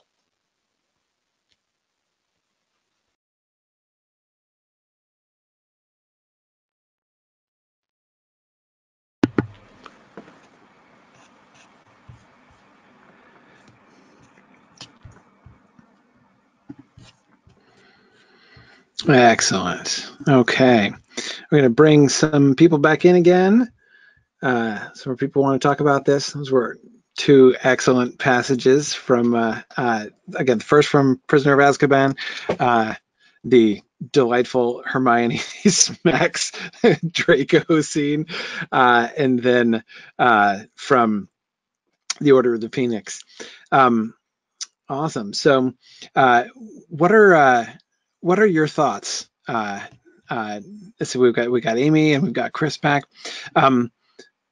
What are some of your thoughts about those two moments? What are some of your favorite moments from the Harry Potter series? Well, I think she did a great job of choosing that last one there because it summarizes everything Harry had done to that point. Mm-hmm. I think if I had to pick one of my favorites, though, I would say Dumbledore's explanation at the end of book 1, when he talks about love and how Quirrell couldn't touch Harry because his mother's love had gotten to his very skin. And something that good, Quirrell just could not bear to even touch. And it becomes all about love, just like the Harry Potter books pretty much do all the way through. That's the theme. Right. And that one of the things that I've always really admired about the Harry Potter books are how, especially in the early books, how she sort of sculpts and balances the stories, right? So the way in which that last final speech about how deeply Harry is loved and how he has been protected and touched by his mother's love throughout his life, corresponds so beautifully to the scenes in the beginning, of Harry abandoned and, neglected at the Dursleys. So,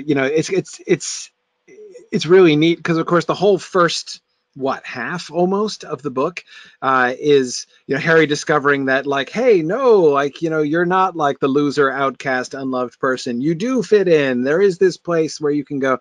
But then, of course, like at the end, kind of unexpectedly, there's all of a sudden this like new layer of belonging, right? To find that no, like, not only are you not, you are the opposite of unloved and unwanted, even though you were in some ways, you have been in some ways left alone. And it's not to take anything away from the sadness and the tragedy of Harry's situation.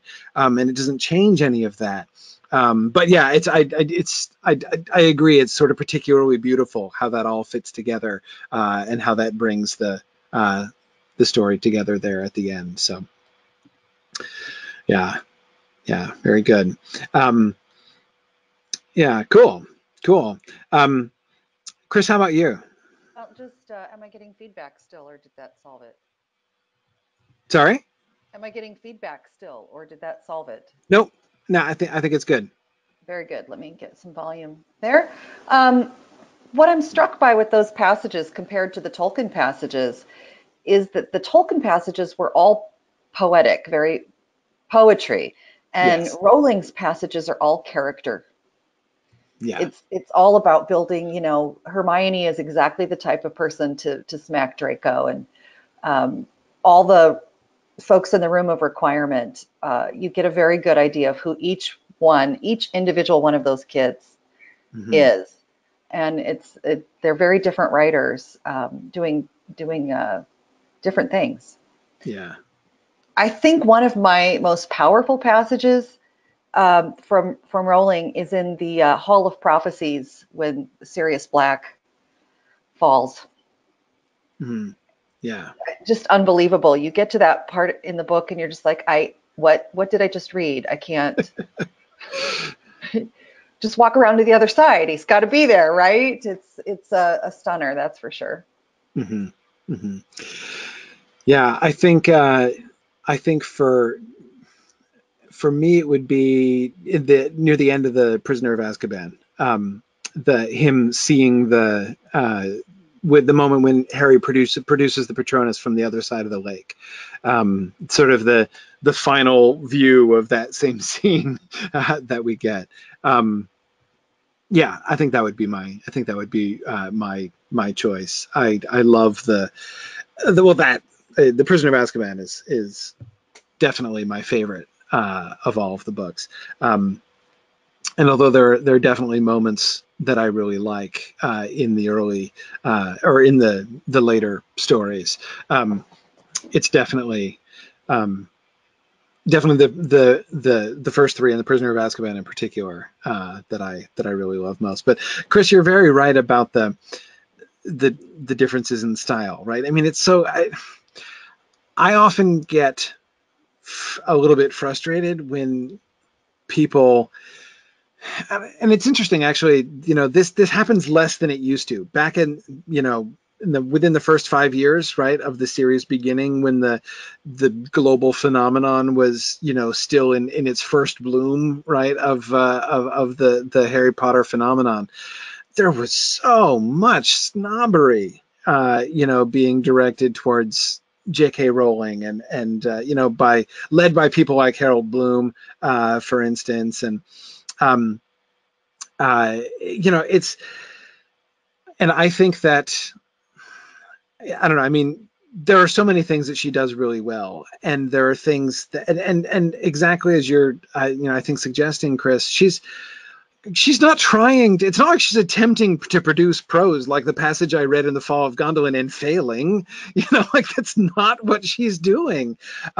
There is something much more humble about everything about her prose style, like humble in what she's not going for that kind of mode at all. She almost never elevates to that kind of mode in description. And that's fine. What she does really well. And I agree that you think of the way in which all of those little individual, like the Weasley twins and everything, in that in that last scene. It's yeah, you're right. That's absolutely what drives the whole thing. And that's it's very different. The one sort of Tolkienian element that I really always found myself wishing for in the Harry Potter books, though, is like a narrative frame. I would really have loved to have some kind of a sense of like who wrote the books, like who's the narrator of these stories. When we never really get much along that line, I would have loved to have some, just even a very small little gesture towards whose voice are we hearing, especially in the context of the Muggle world versus the magical world, and that even some kind of note or preamble from some magical publishing company or something like that. And something like that, I miss something like that, not to have any kind of external frame. The whole story seems to ask for it, right? And I think it would suit. In some ways, I think it would make the voice of her narrator even, I don't know, sort of easier in some ways. It would. But anyway, no, I'm not meaning to complain, but I feel like she's like 90% there already, right? And I would have loved to see that. Like Dumbledore introducing the Tales of Beedle the Bard, perhaps. Yes, exactly. Like exactly. Yeah. Yeah, absolutely. As Phil Boswell points out, he says, compare how well we know even minor characters in Harry Potter compared to, compare, well, no, let's be totally fair. Let's pick one of the, like Zachariah Smith, right? From that scene. Compare Zachariah Smith with Burgle, son of Beregond, right? I mean, like, Burgle's cool. I like Burgle, right? But it's not, even somebody like Zachariah Smith, you feel like you'd recognize him on the street. If you ran into him at a party, you'd know who he was, right? Because those characters. Yeah. Go ahead. No, absolutely. Zachariah is a little bit of a snot, and you don't really get an idea of Tolkien's characters except that they're high and lofty, and I think Rowling's characters are very down to earth. Mm-hmm. Yeah. And the kids who read these books can really identify with the characters as well. I taught the Signum Academy summer camp on Harry Potter this summer, and I had kids that were really entering into the stories, asking some great questions. I was trying to get them to interact with the stories and make the stories their own, and that's what they were doing because they could relate to the characters. Mm-hmm. One or the other of them appealed to any kid in that group, and it was really cool to see how the kids were doing that. Yeah. So I loved Luna Lovegood's name upside down on the list that I was showing on the slide. That's a really nice touch. Brandon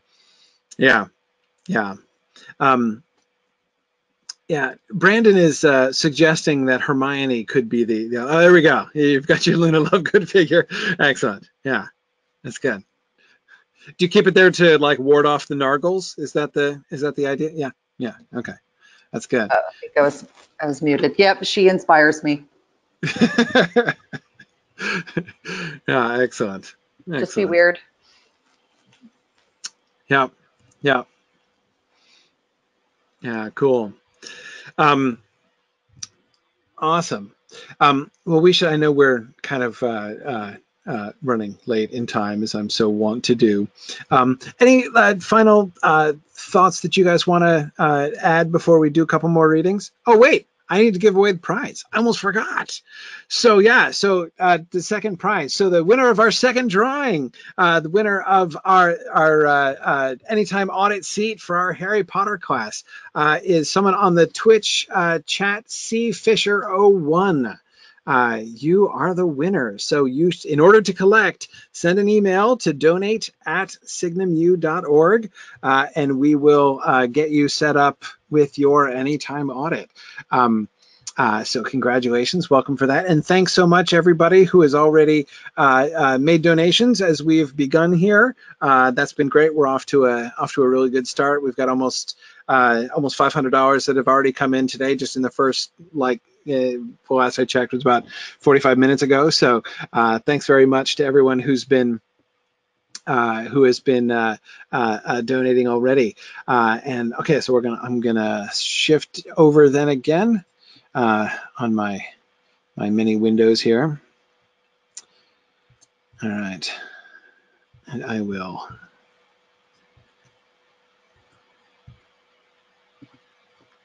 Okay.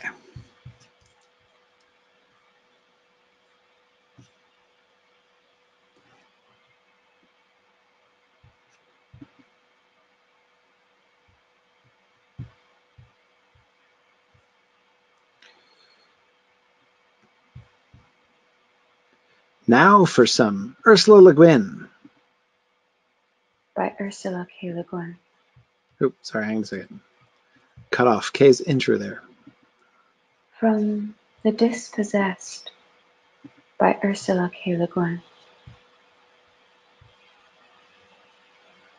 He found her on the steep slope, sitting among the delicate bushes of moonthorn that grew like knots of lace over the mountains, its stiff, fragile branches silvery in the twilight.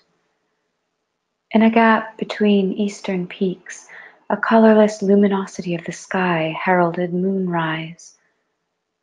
The stream was noisy in the silence of the high, bare hills. There was no wind, no cloud. The air above the mountains was like amethyst, hard, clear, profound. They had been sitting there some while without speaking.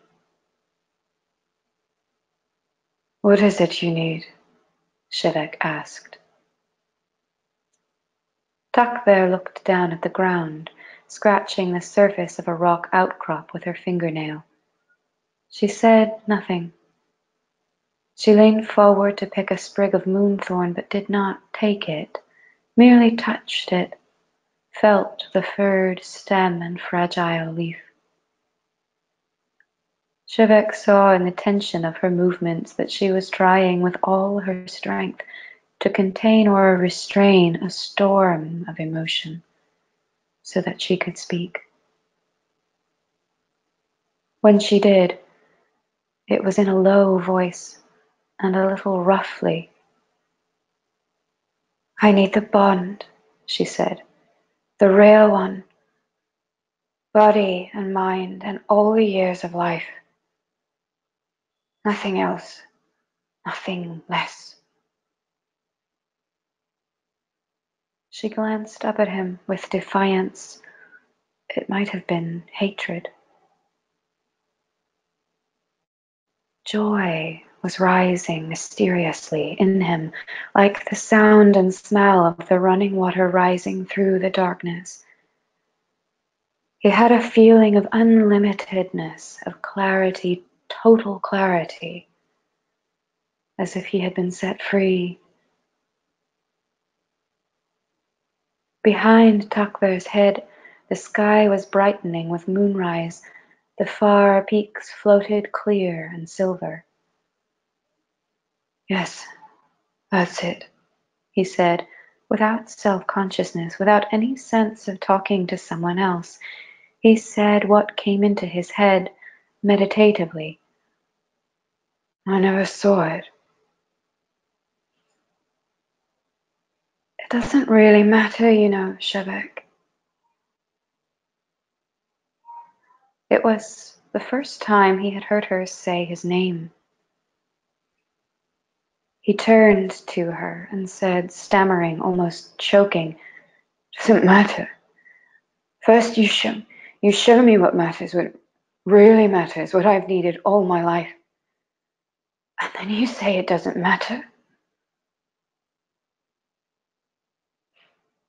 They were face to face now, but they had not touched.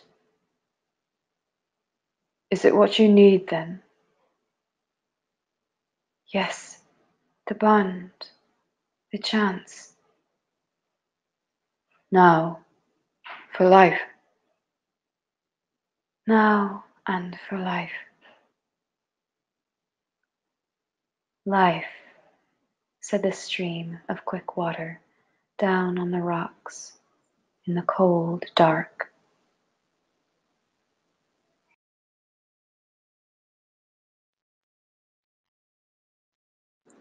In a dark, windy weather, we slogged along, trying to find encouragement in the sighting of Esheroth Crags, the first thing not ice or snow or sky that we had seen for 7 weeks.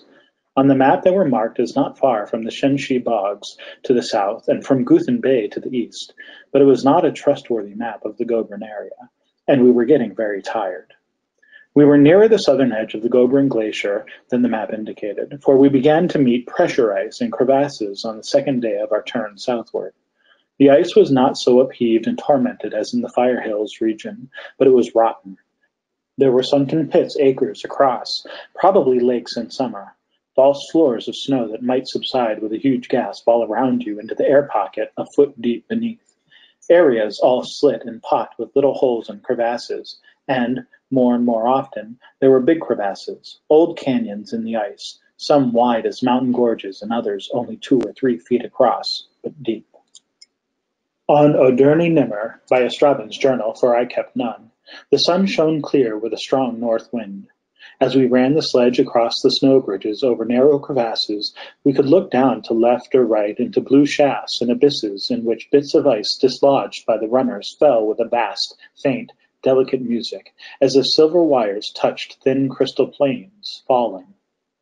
I remember the racy, dreamy, light-headed pleasure of that morning's haul in the sunlight over the abysses, but the sky began to whiten, the air to grow thick. Shadows faded, blue drained out of the sky in snow. We were not alert to the danger of white weather on such a surface. As the ice was heavily corrugated, I was pushing while Estraven pulled. I had my eyes on the sledge and was shoving away, mind on nothing but how best to shove, when all at once the bar was nearly wrenched out of my grip as the sledge shot forward into a sudden lunge. I held on by instinct and shouted, "Hey!" to Estraven to slow him down, thinking he had speeded up on a smooth patch. But the sledge stopped dead, tilted nose down, and Estraven was not there. I almost let go the sledge bar to go look for him. It was pure luck that I did not. I held on while I stared stupidly about for him, and so I saw the lip of the crevasse made visible by the shifting and dropping of another section of the broken snow bridge.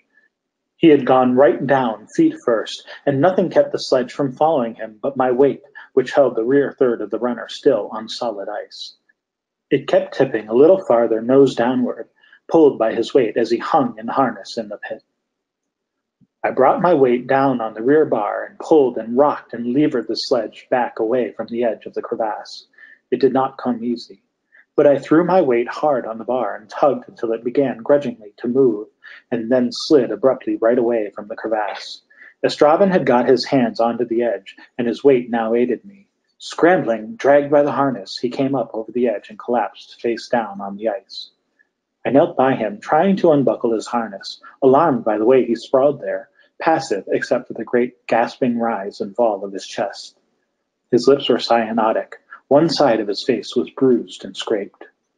He sat up unsteadily and said in a whistling whisper, "Blue, all blue, towers in the depths." "What?" "In the crevasse, all blue, full of light." "Are you all right?" He started rebuckling his harness.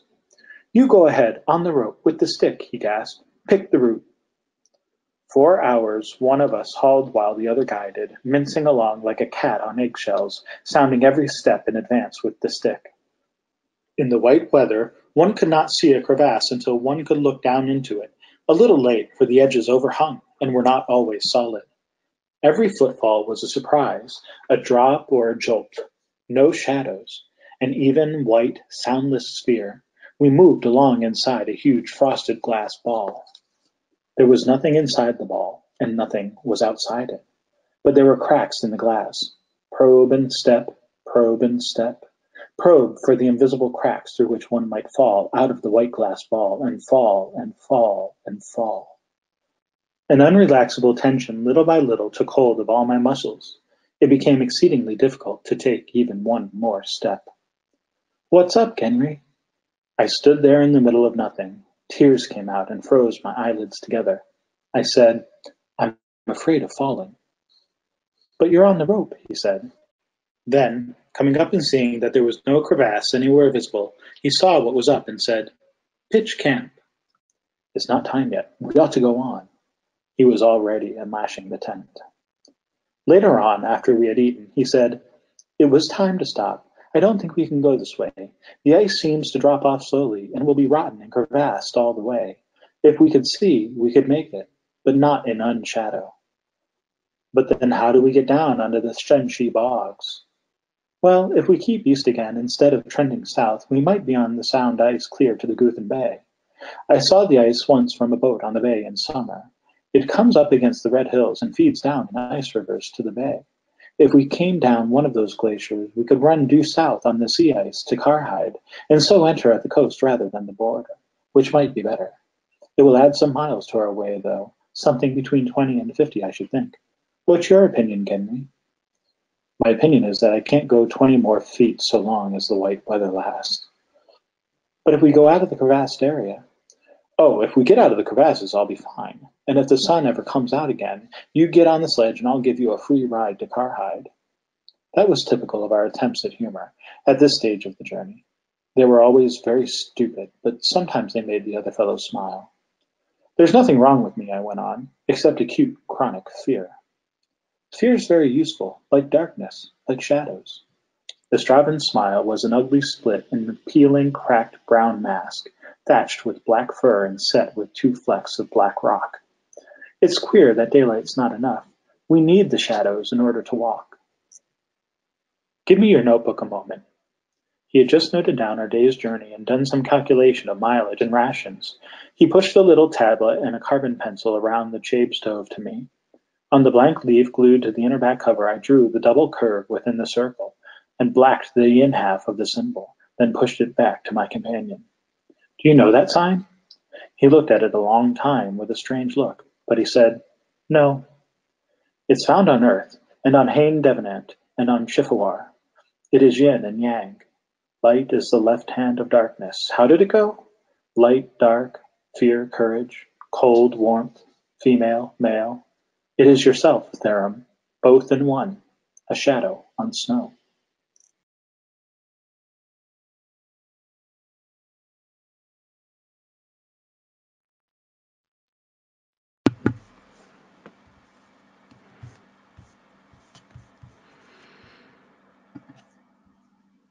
Okay.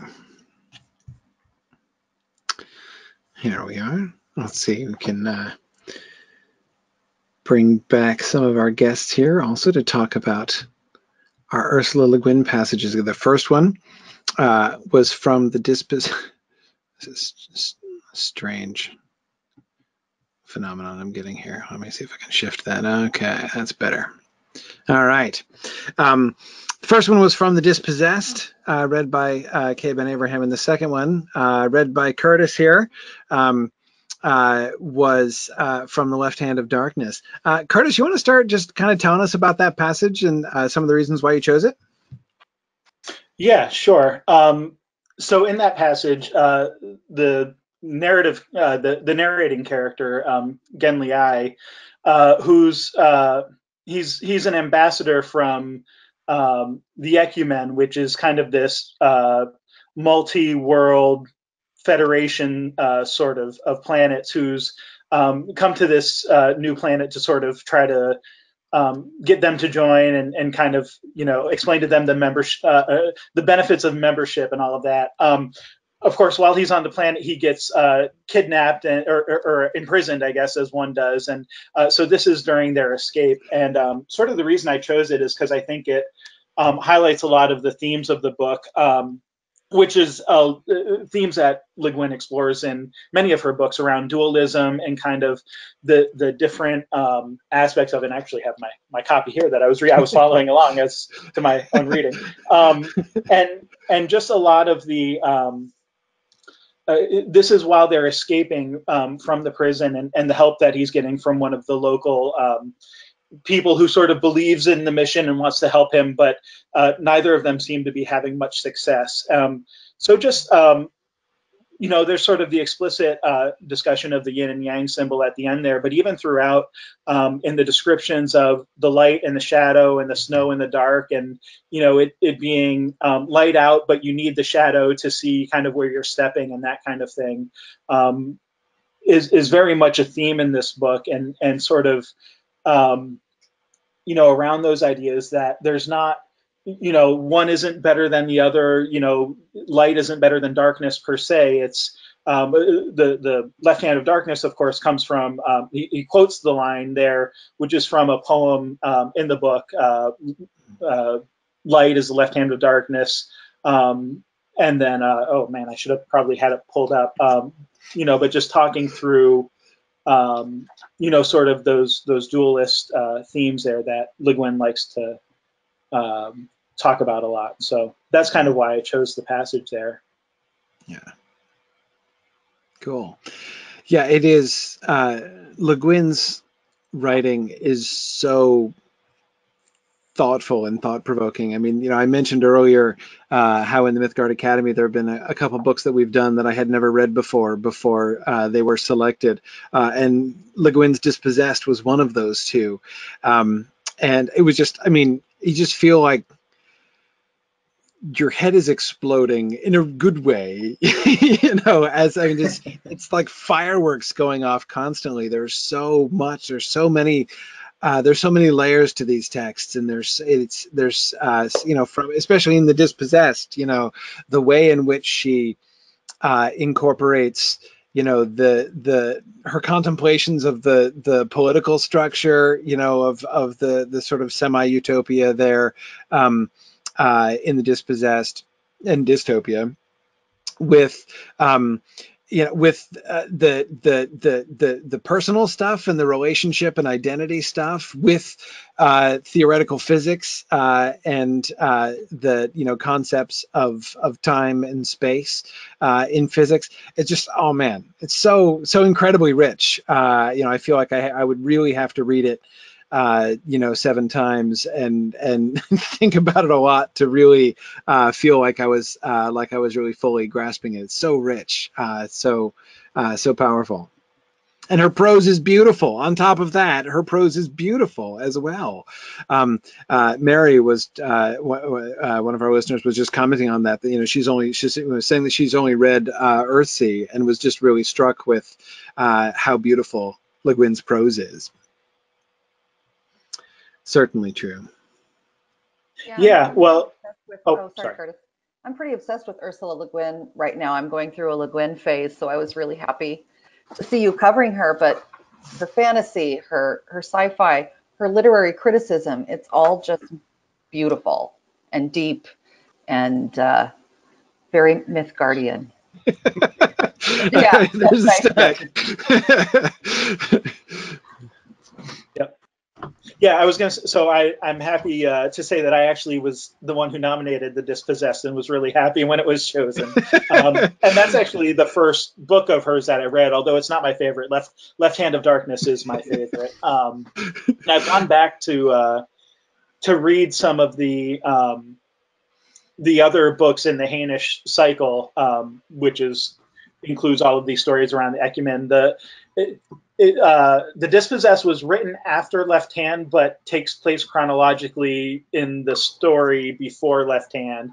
So it kind of gets a little weird and intermixed sometimes. But well, I mean, yeah, as is only fitting with the Dispossessed, right? I mean, sure. It shouldn't go. If it goes merely sequentially, then you're only getting half the story. Right. Yeah, and the thing that I like so much about Left Hand too is that it's, I mean, there's a very sort of, I guess we could call it a Tolkienian thing too, because it's not just a straightforward story as like a narrative, even, you know, even as much as the Dispossessed, you know, is kind of goes back and forth. The Left Hand of Darkness is really more of like a stitched together narrative of documents and different reports from other. There was like another, you know, person from the Ecumen who came earlier, and so like her reports are kind of mixed in, and then there's mythology, and Le Guin's really big into anthropological study, and so she, has like tales from the Gethenians, the natives of the planet in Left Hand of Darkness, who, to kind of highlight different themes and stuff too. So it's much more sort of like a documentary report in some ways, but then you get like journal entries and then straightforward, more like reporting narrative style. So just a lot more complex, even in the composition of the book as a whole, with different styles and that kind of stuff too. This is these two books are really, I think, her greatest. Is that fair to say? Like the Dispossessed and Left Hand of Darkness, but I just love Earthsea. I mean, it's a 40-year. She took 40 years to write, from the beginning of The Wizard of Earthsea to the last. Is it a collection of, I think, short stories that are that she brings out in 2000 or 2001, and there may be more. 53 years. They just published the last short story. There you go. Posthumously.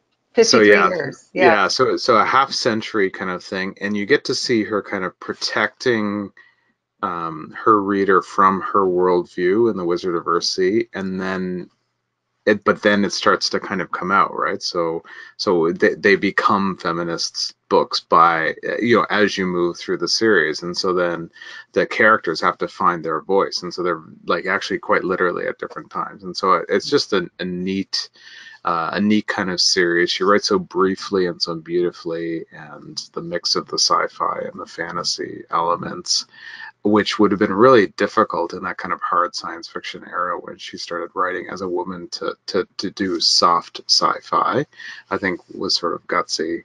And of course, the way that she plays with possibilities. I think Neil Gaiman puts Left Hand of Darkness up with a couple of other books, like, Narnia and a couple of others, these foundational books that challenged all his possibilities of what he could do. So, yeah. Yeah.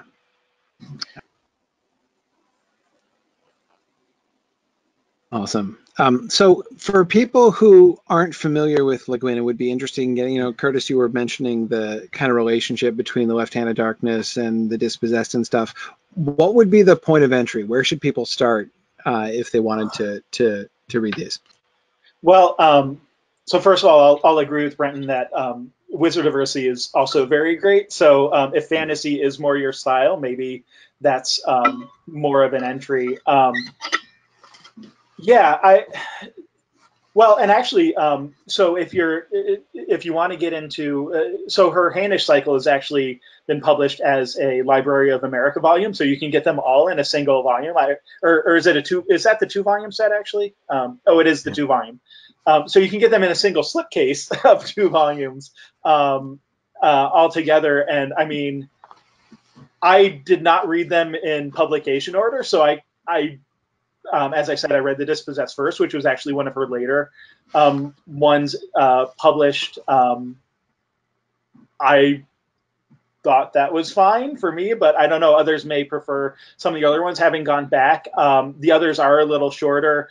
You get. I also happen to have the word for world is forest. So if you've ever seen the movie Avatar, that's basically the same plot. So it might be an easy, familiar sort of story to kind of ease into that world too. And that it is, I believe, part of the Hainish cycle too, but it's not as sort of connected as some of the others are. But Rocannon's world has a lot of really good fantasy elements to it as well, kind of these flying beasts, and they go on quests, and there's sort of a sci-fi ending to it. I don't know, Arthur Harrow is maybe the only other one who would get this reference, but I see it as sort of the inverse of Heinlein's Glory Road, which has sort of a science fiction excuse for getting into a fantasy world, and I would put Rocannon's world as kind of the similar kind of thing. There's like a sort of sci-fi wrapper to it, but it's kind of more along the fantasy quest kind of story. So that might be another good one for folks who are more fantasy inclined. I'd start in a novel, not the short stories. The short stories, I mean, she does really interesting short stories, but her short stories are often dependent on another world, and I always find myself reaching for that world. But she does play, if you like thinking about utopia and dystopia, her short stories, the sci-fi ones, often play with that theme. Yeah. My first was the Tombs of Atuan. Yeah, my first book was the Tombs of Atuan, so like popping right into the middle or the second book in the series with a character we don't know showing up, to kind of do his thing. That was a weird start. But it's such a interestingly oppressive dark book. Sorry, go ahead, Chris. Yeah. Oh no, sorry. There's a little delay. I don't know if you can see that. No, the Wind's 12 Quarters is, I think, her best collection of short stories. If you like short stories, and it's got a story set in the same world as Left Hand of Darkness. It's got a story. Does it have an Earthsea? Yeah, it's got two Earthsea stories, and it's got some totally unconnected kind of standalone stories. A beautiful one is the story called Things. She really does this thing called psychomyth, where she's trying to use sci-fi to do the same thing we do in fantasy, which is deal with mythology and archetypes. And Things is kind of a really beautiful short story if you like those. Currently on sale at Kindle for $1.99. I don't get We'll get that link shared on Signum social media so you can all find it. Absolutely. I think it's a mistake, so grab it while you can. Yeah, and actually the Audible has been gathering together her short stories and essays, and so there's you can get these 40 or 50 hour volumes for whatever, $20 or $1 on Audible.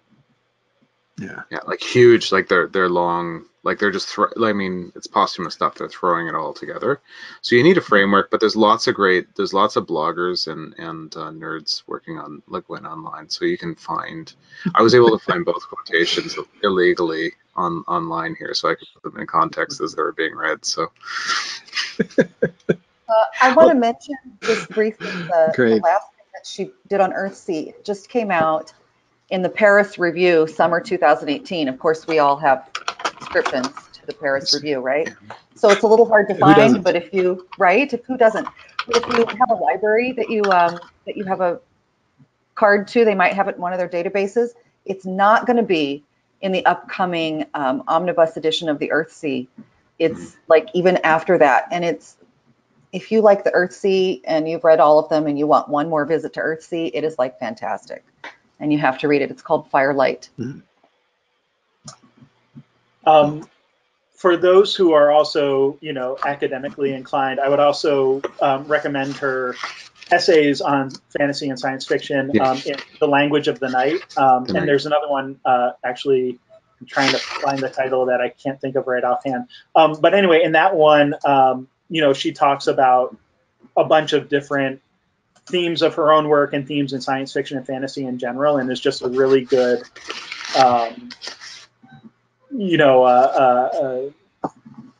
just has a lot of good sort of quotable and fairly short essays, but as she is wont to do, packs a lot into them, from themes and stuff. I'm also going through her, I think it was her last, it's basically a book version of what she was posting on her blog. I don't remember if it was the last thing that was published or one of the last things published right before she passed away, and I'm also forgetting the title of that, but I have it right here on my Kindle. And that is called No Time to Spare, where she talks a lot about, she talks a lot about her cat. So if you like cats,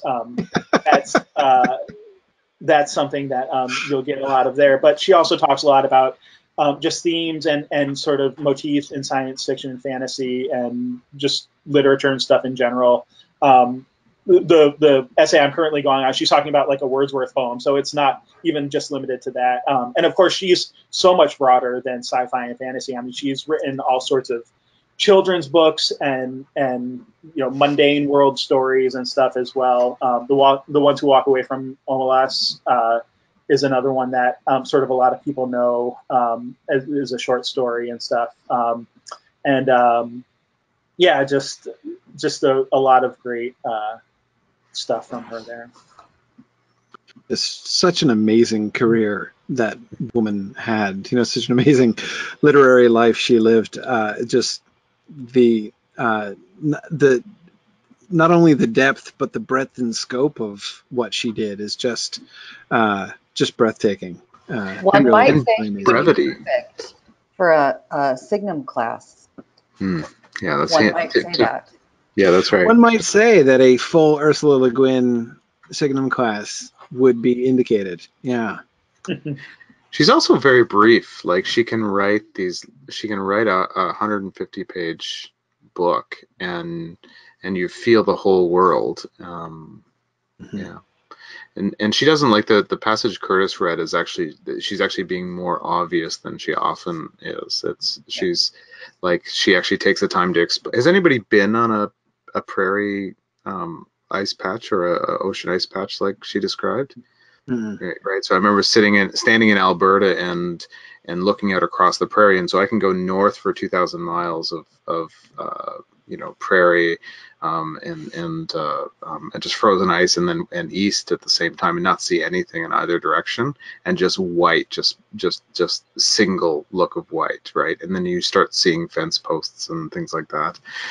Your eye wants the contrast, and so she wouldn't normally in most of her books then talk about yin and yang and go into kind of, she wouldn't exegete. She usually just leaves you in the wilderness, or leaves you on the sea, or leaves you in the deathbed, or leaves you in the, in the cave. Like she usually leaves it there. But for a person who, you can read the book and then years later start to see it soak into other parts of life. So. Yeah. Awesome. Cool. Well, we should wrap things up here. We've run over a little bit, but that's totally fine. Before we go, though, I have to remember to give away our third prize. The winner of our Science Fiction Part 2 Anytime Audit seat is another person from the Twitch chat. This is for Erucheb. You win. Erucheb is one of the regular attendees in my Gryfflet stream. I know that Twitch handle well. So just send an email to donate@signumu.org and we will get you set up with your prize. And thanks everybody for coming today. Again, thanks for people where our donations are up just under $1,000 now. So for the day, so that's a really great start off here from our donation campaign. We're going to be continuing through. Be talking about our campaign and everything during the course of this coming week during our broadcasts. And of course, next Saturday will be my now traditional annual Lord of the Rings online marathon, where I'm going to take my main character through the paths of the dead and off as far into Gondor as we can get. I think I can't go straight to Minas Tirith. I got to go through Pelargir and then up to Minas Tirith from there. So I'm pretty sure I can make it to Pelargir. I'm not sure I'll be able to make it to Minas Tirith before I lapse into unconsciousness, but I will get as far as we can get. So anyway, so that's next Saturday, starting at noon Eastern time. Thanks everybody for joining us today. Thanks to you guys and to all of our other panelists for joining us for some fun discussion today. And I will look forward to seeing you guys around at more events as we move through. And thanks very much for joining us, everybody. Bye now. Bye. Take care.